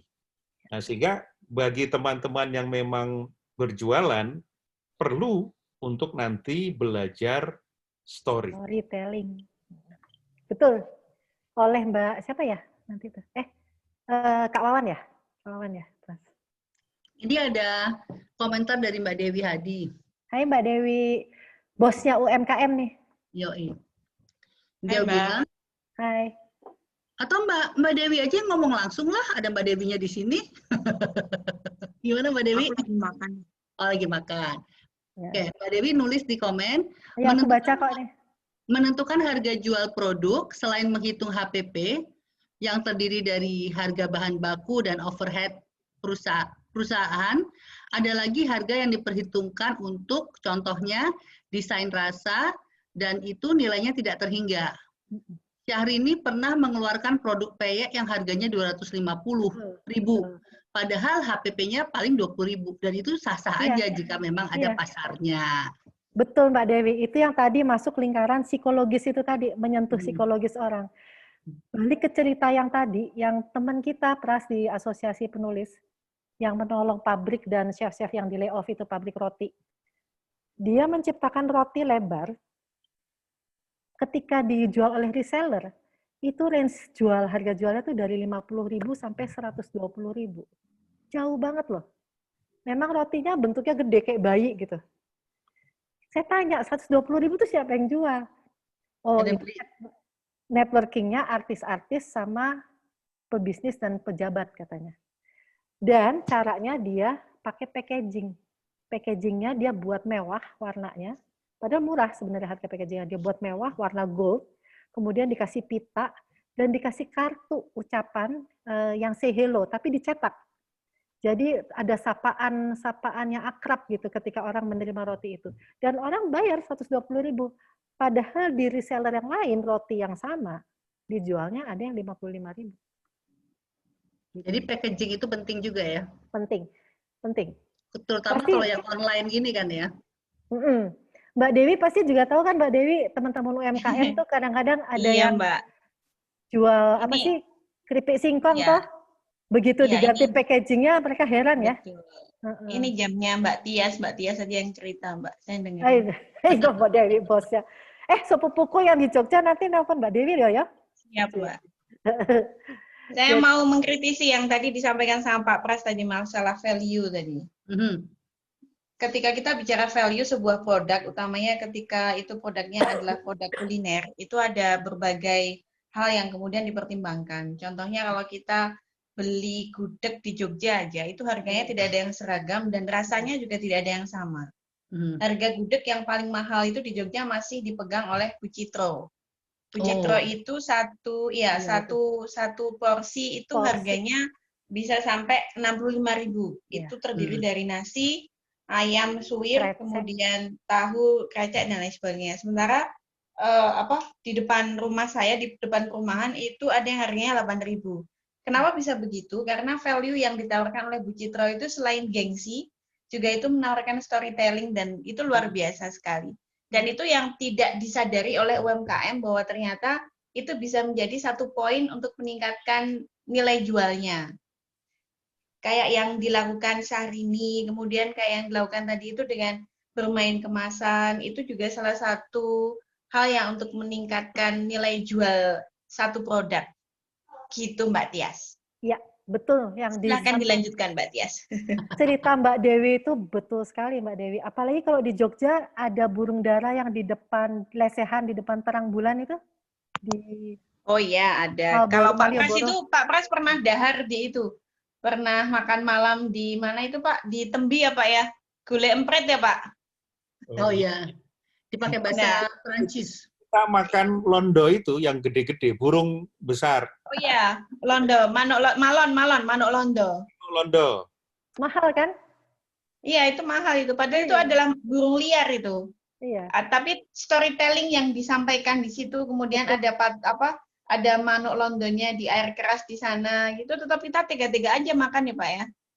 Dan itu ada cerita dan lain sebagainya gitu. Mbak Dewi, kalau manuk londo itu kan ada storytellingnya kan? Yang saya bingung tuh burung dara yang di depan terang bulan Malioboro tuh yang diselesehan, nggak pakai storytelling loh Mbak. Itu storytellingnya kan dari itu Mbak, dari telinga ke mulut, dari mulut ke telinga Mbak. Oh, dari mouth to mouth ya? Iya, kayak yang gudeg pawon itu juga nggak ada storytellingnya. Oh iya, tapi itu ketika kita antri bersumuk-sumuk di pawon itu dengan sangat ikhlas kita menerima antrian itu, Pak. Betul. Orang pengen berbondong-bondong ke rotela. Iya, storytelling. Iya, ditolain ya, Pak ya.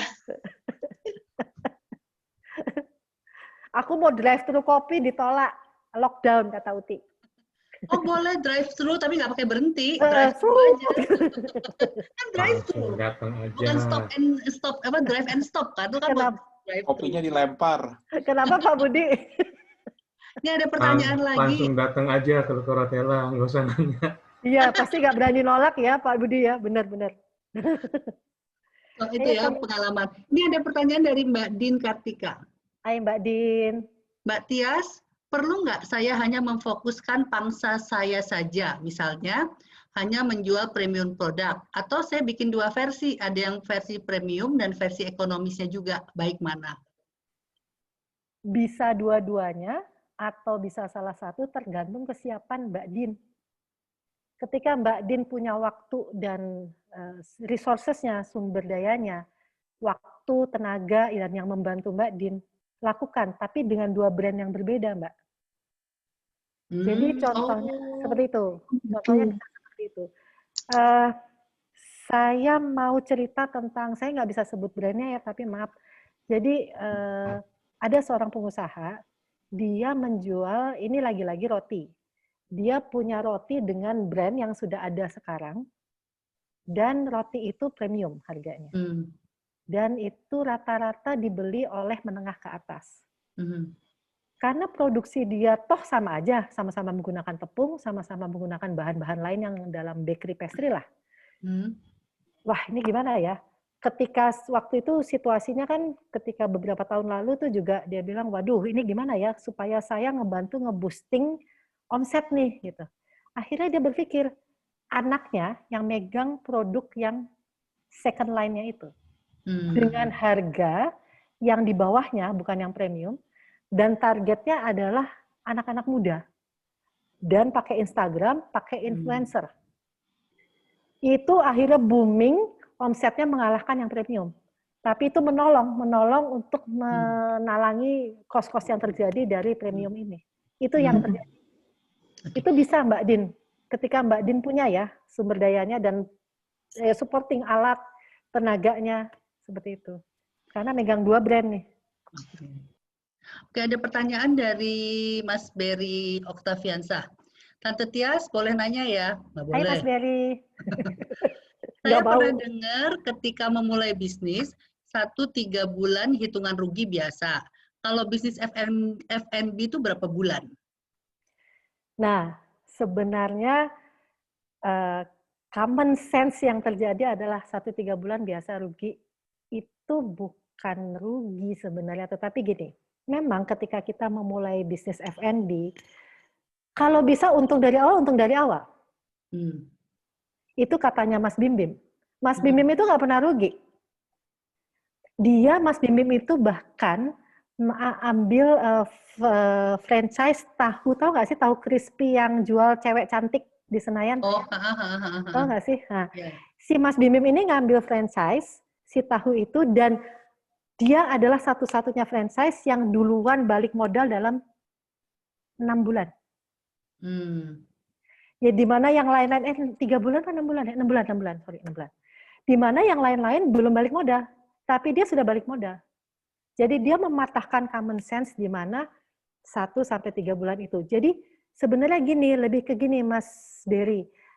1-3 bulan itu lebih ke apa yang dijual. Kayak yang tadi contohnya. Salmon, misalnya saya jual salmon nih, salmon stick warung saya. Tentu saya tidak bisa balik modal dalam 3 bulan. Waktu itu hitungan saya memang balik modalnya saya itu dalam 8 bulan. Kenyataannya itu kan di atas kertas. Di lapangan faktanya yang terjadi adalah saya balik modal dalam waktu 1,5 tahun. Nggak sampai 1,5 tahun sih, 1 tahun 4 bulan. Karena salah harga kan. Tetapi jadi ketika saya tutup itu sebenarnya bukan rugi dalam artian minus, tapi ruginya itu adalah kerugian profit yang seharusnya saya peroleh itu tidak saya dapatkan. Jadi tetap dibilang rugi kalau dalam bisnis kan. Seperti itu, Mas Berry. Jadi kalau hitungannya benar, kemudian kita fokus di satu produk, harganya oke, contohnya Puyo aja. Puyo itu katanya di tengah perjalanan banyak tuh teman-teman, ayo dong gabung sama gue gini. Dia tetap kekeh sumerkeh, itu dia berdua kakak beradik itu, cowok-cewek itu.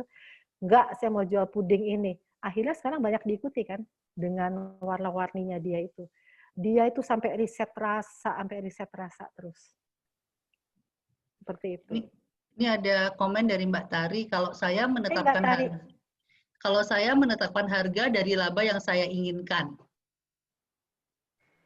Bisa. Halo Mbak. Bisa dari situ. Hai Mbak Tari. Oma. Hai. Mbak Tari bisa kalau mulai dari titik itu. Jadi dihitungnya, Mbak Tari kan tadi tuh yang nanti sebenarnya ketika ngomong menu calculation dan business plan itu bisa terjawab itu. Jadi ketika Mbak Tari, aku kepingin profit segini gitu kan.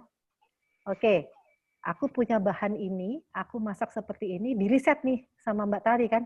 Gimana caranya supaya profitku segini, tapi demand-ku, targetku yang si ini mau beli barang aku. Bisa, Mbak Tari. Itu menu engineering-nya jago banget loh. Calculation-nya jago, Mbak Tari jago dong.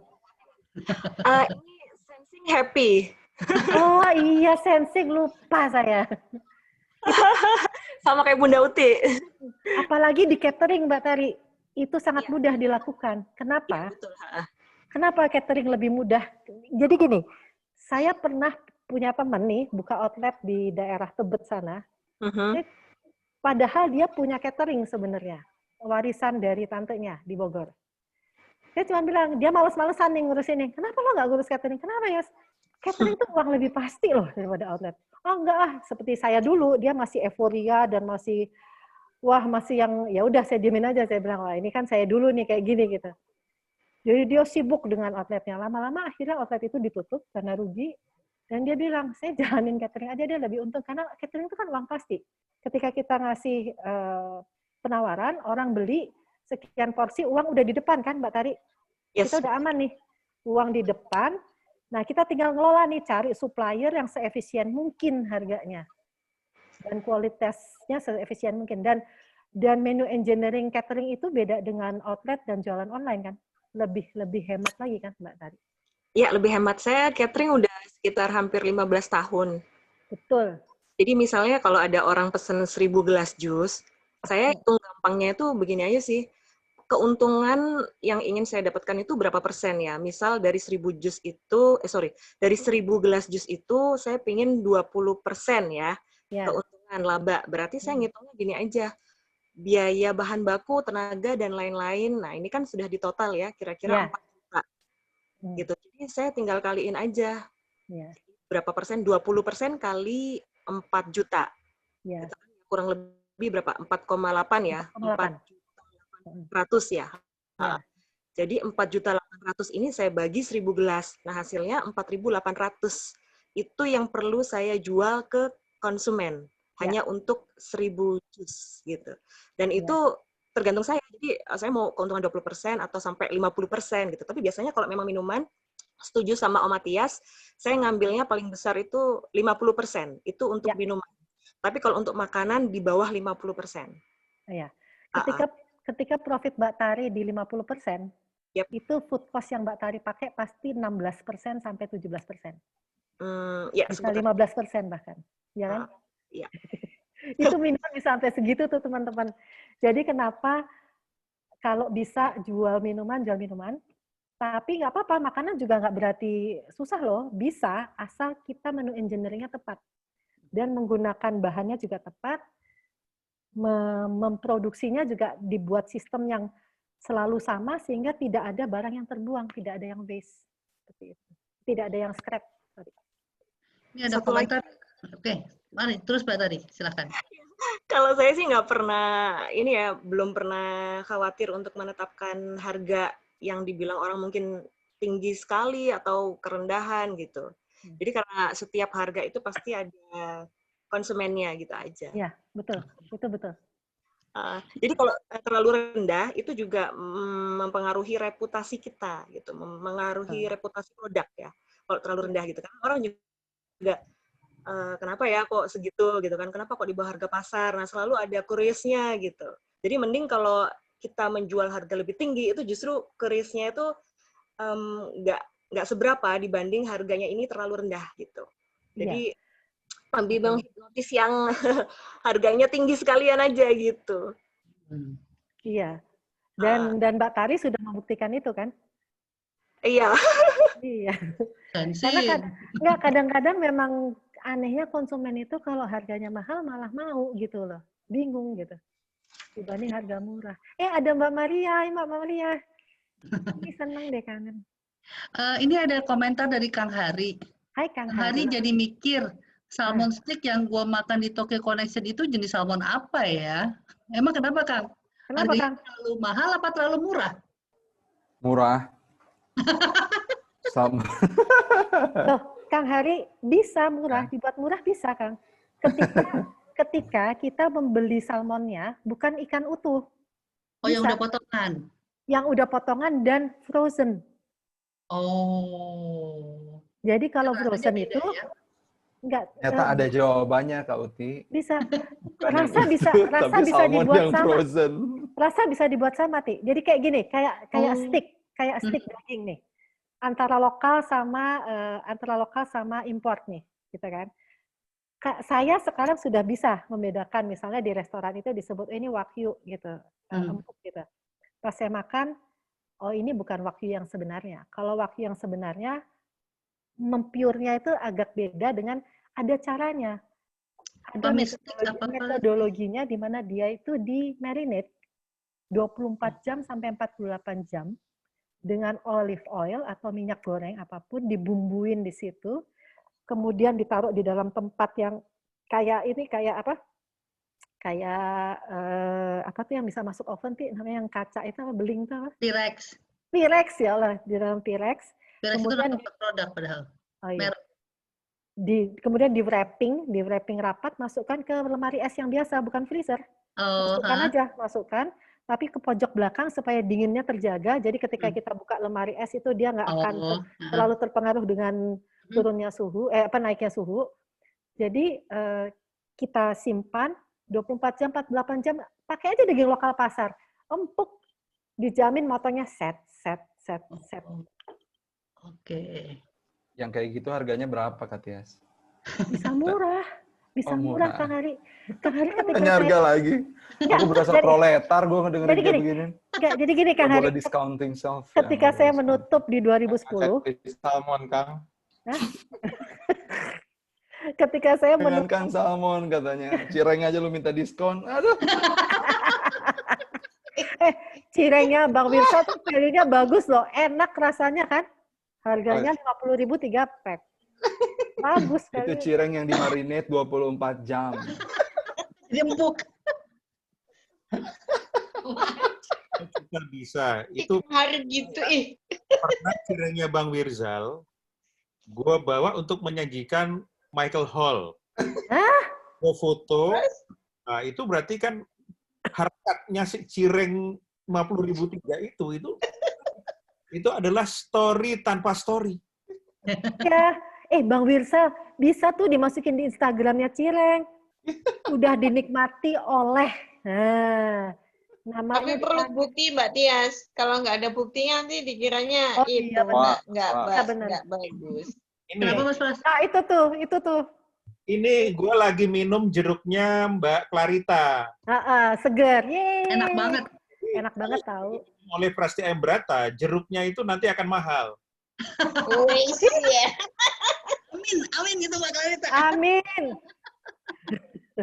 Drive thru lagi ya, Ti, drive thru. Nah, kayak yang Pak Pras itu kan minum jeruk itu Senin, Selasa, Rabu, Kamis, Jumat, Sabtu itu. Iya. Misalnya itu jadiin iklan jus jeruknya itu kan bagus itu.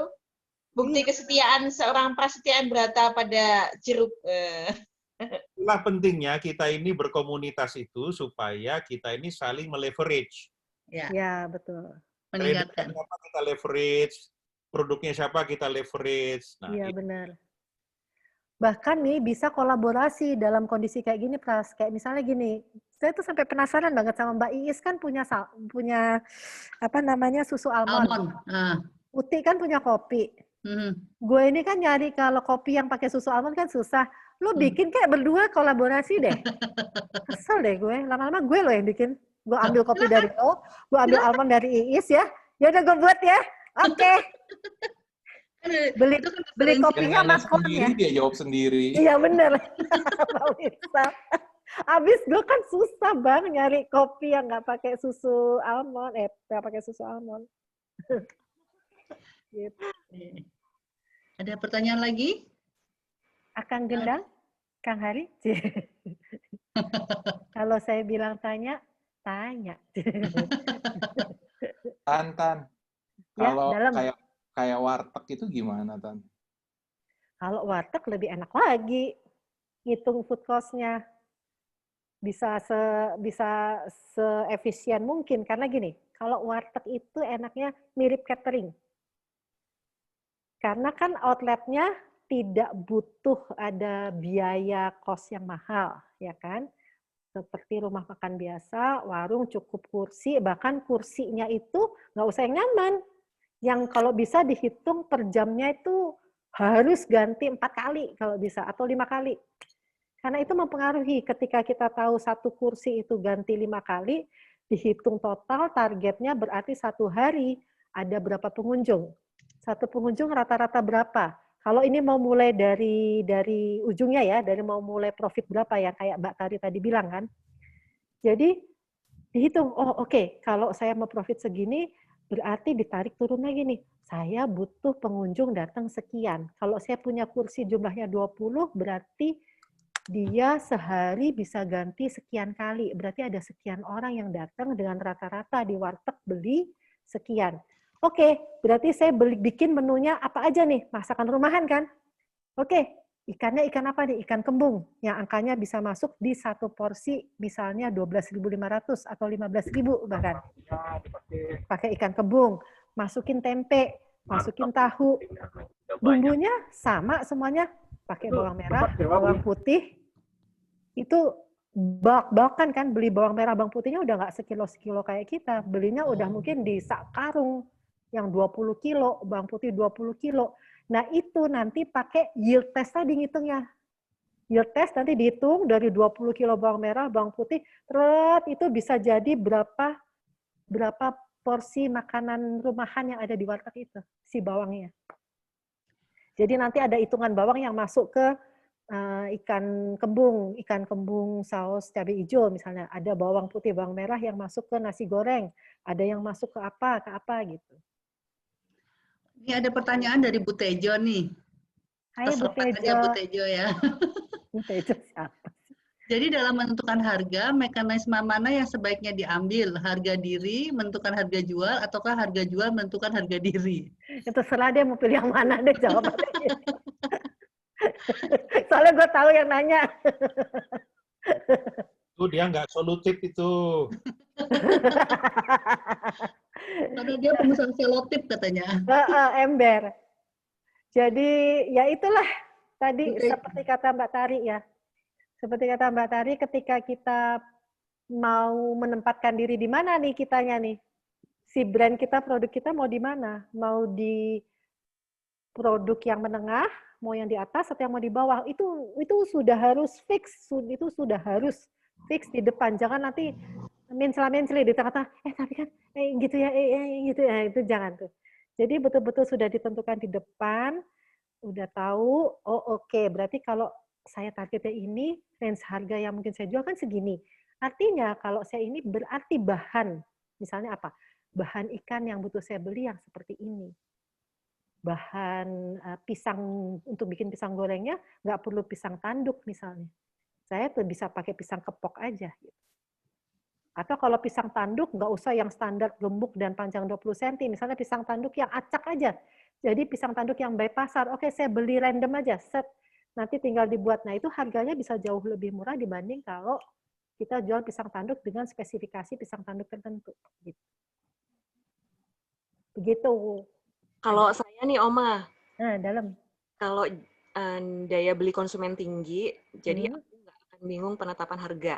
Jadi kalau daya belinya tinggi, ya harga tinggi itu nggak jadi masalah. Tapi perlu dipertimbangkan lagi kalau apa ya, supaya konsumen ini tidak cepat beralih kepada penjual lain yang menjual harga murah. Nah, harga murah tapi kualitasnya juga sama baik dengan kualitasnya produk kita. Nah, ini yang bahaya kan. Betul, betul. Di sini aja sih. Ya, itu. Nah, itulah makanya kita bermain tadi dengan food and beverage cost itu, Mbak Tari. Karena biasanya memang kalau kita, jangan sekali-sekali kita bersaing karena harga. Karena takut harga kita kemahalan, terus kita main nurunin harga. Kita cari tahu dulu, riset dulu. Makanya kalau jadi pengusaha makanan tuh sering keliling makan di mana-mana. Sering nyoba gitu. Supaya tahu, kan nanti akan dapat feeling-nya sendiri gitu. Akan dapat feel-nya sendiri bahwa, oh iya ini enaknya. Karena gini, ada satu lagi yang tadi saya lupa sampaikan. Makanan itu enak dan tidak enak itu kan selera. Jadi ketika misalnya saya beli misalnya saya beli puding susu Puyo gitu. Saya bilang enak nih Puyo nih. Soalnya rasanya macam-macam, terus segar, nggak enak dan segala macam gitu. Tapi ada teman saya nih misalnya dia bilang, ih apaan sih Yas, itu kan rasanya kayak anak-anak banget. Gue nggak suka, gue tuh sukanya puding susunya yang ya benar-benar rasanya susu aja, udah terus dikasih apa kayak buah atau apa. Nah, berarti teman saya itu pasarnya pudingnya siapa? Puding susunya Asti. Karena Asti kan benar-benar puding susunya dia buat rasanya susu, rasa puding susu yang benar-benar nggak pakai rasa lainnya gitu, dan dia ditambahkan dengan perasa yang aren untuk menambahkan rasa manis di situ. Nah, sementara saya adalah konsumennya Puyo seperti itu. Walaupun saya juga suka pudingnya Asti, kan kayaknya saya penyuka siapa aja deh, kayak gampang deh jual ke saya. Tukang makan. Ini ada komentar dari Mbak Hena. Keren banget Mbak Hena. Terinspirasi bisnis kuliner. Bagi saya rasa makanan cuma 2, enak dan enak banget. Kayak Apen, ya suami saya. Karena seyogyanya memang begitu Mbak. Makanan itu memang adanya sebenarnya enak dan enak banget. Tidak enak ketika itu tidak sesuai dengan selera kita. Itu aja. Makanan kurang garam, bilangnya nggak enak kan? Bagi siapa? Kalau bagi saya yang sudah di rumah masaknya udah ngurangin garam, saya suka makanan yang tanpa garam. Tapi ketika saudara saya, teman saya datang, saya lupa tuh ngasih garam, apaan sih ya, nggak ada rasanya? Oh iya lupa, maaf ya. Ini garam main sendiri, kayak gitu. Itu kan seyogyanya. Kalau se-Bandungnya gimana? Se-Bandungnya, di Bandung itu sekarang zona hitam. Padahal saya kepingin ke sana makan mie-nya Mas Sony, Tokoyu, itu enak. Mie-nya itu ada mie pakai daging wagyu sama mie rawon. Kapan-kapan ke sana ya kalau sudah nggak pandemi. Kalau mie rawon doang, ini besok gue mau bikin Indomie pakai rawon. Rawonnya rawon Bengkul. Enak. Pras, udahlah, Pras, gue kirim gosen ya. Katanya lockdown. Enggak ya? Lockdown itu kalau nggak bawa apa-apa. Oh gitu. Makin enak, makin lebar dibuka pintunya ya Mas ya. Oke, besok gue bawa apa ya? Ntar gue lihat deh gue punya apa, Tik. Bawa cireng aja, Tan. Bawa cireng. Oh iya bener, gue beli dulu dari lo, Bang. Terus gue bawa ke situ ya cirengnya, daripada gue masak kan ya, Bang. Bener. Gak usah dimasak. Gak apa-apa, masak lebih bagus lagi sih, jadi tinggal makan gitu. Kita ini kali di episode Provokasi Talk ini kita seperti podcast. Di episode kayak podcast ini kita ngobrol. Iya. Iya ya. Sebenarnya nggak boleh gitu ya. Nggak apa-apa. Ini Mbak Hena, bilang, aku mau pesen cireng, aku mau pesen jus. Ayo, pesen apa lagi Mbak? Ayo pesen apa lagi Mbak? Itu dendeng Mbak, dendeng. Sama, aku juga lapar, tadi belum makan. Terus kebayang salmon lagi, aduh. Ya Allah Kang Hari, mie Mas Sony, ya Allah. Kang Hari kasihan banget, maaf ya Kang. Itu Kang Hari mah lapar banget itu mah, semua makanan disebutin.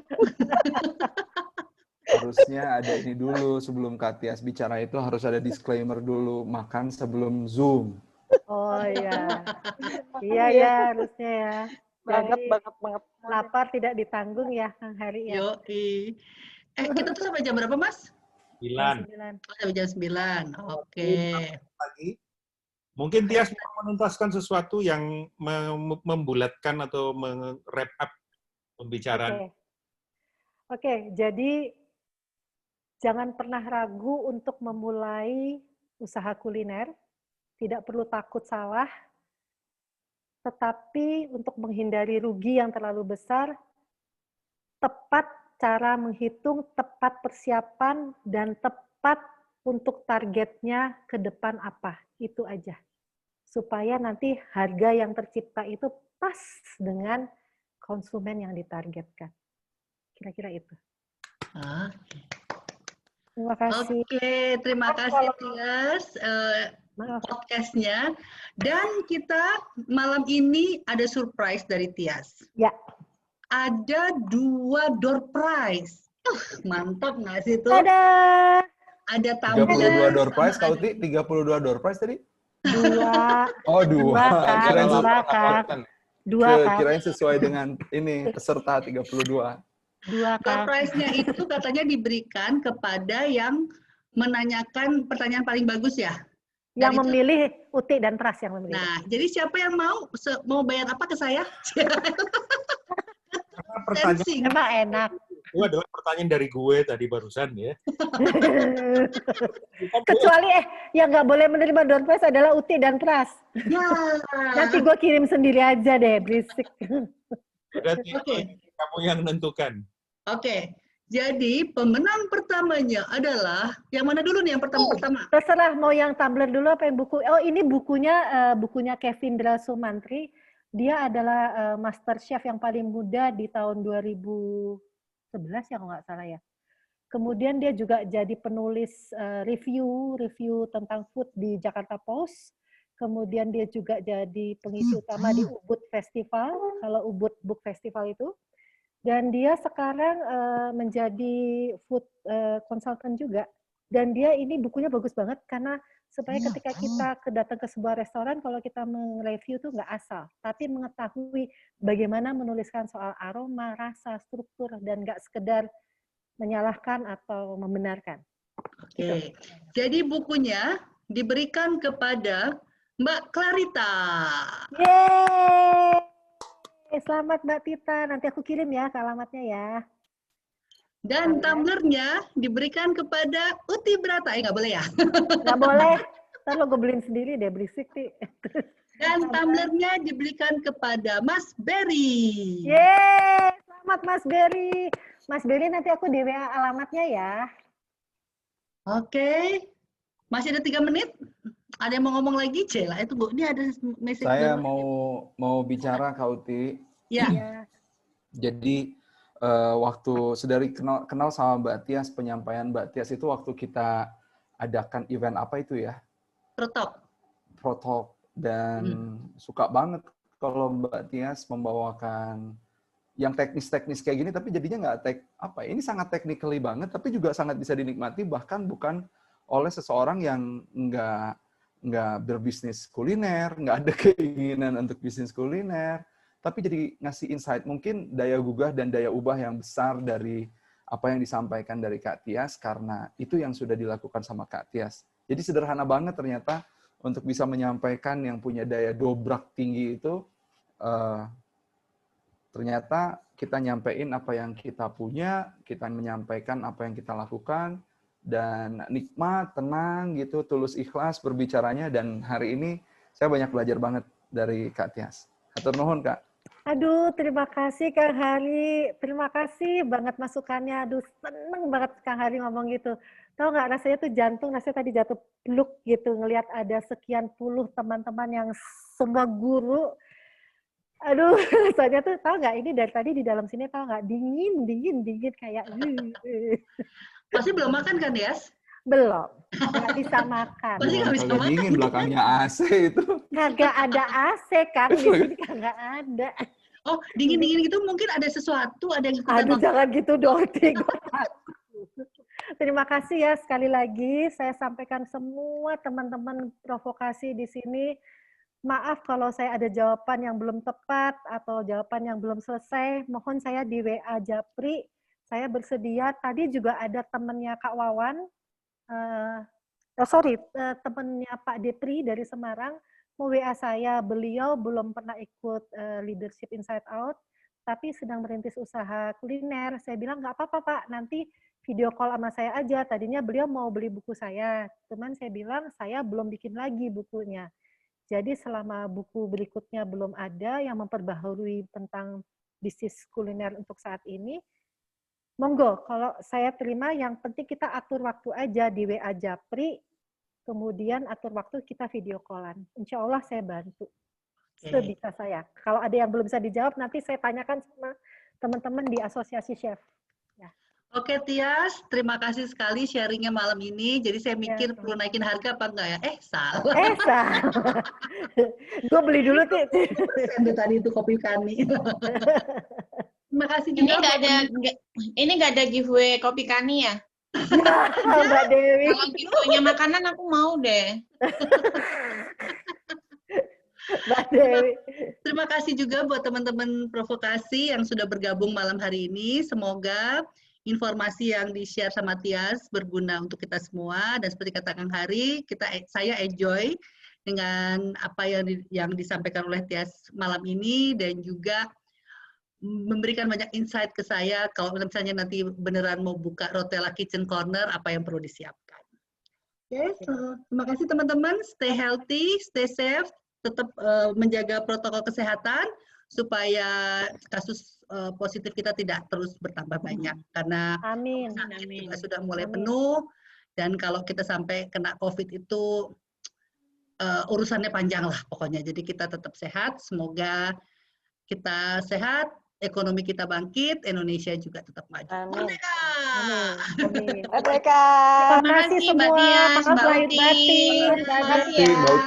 Mbak Uti. Terima kasih banyak.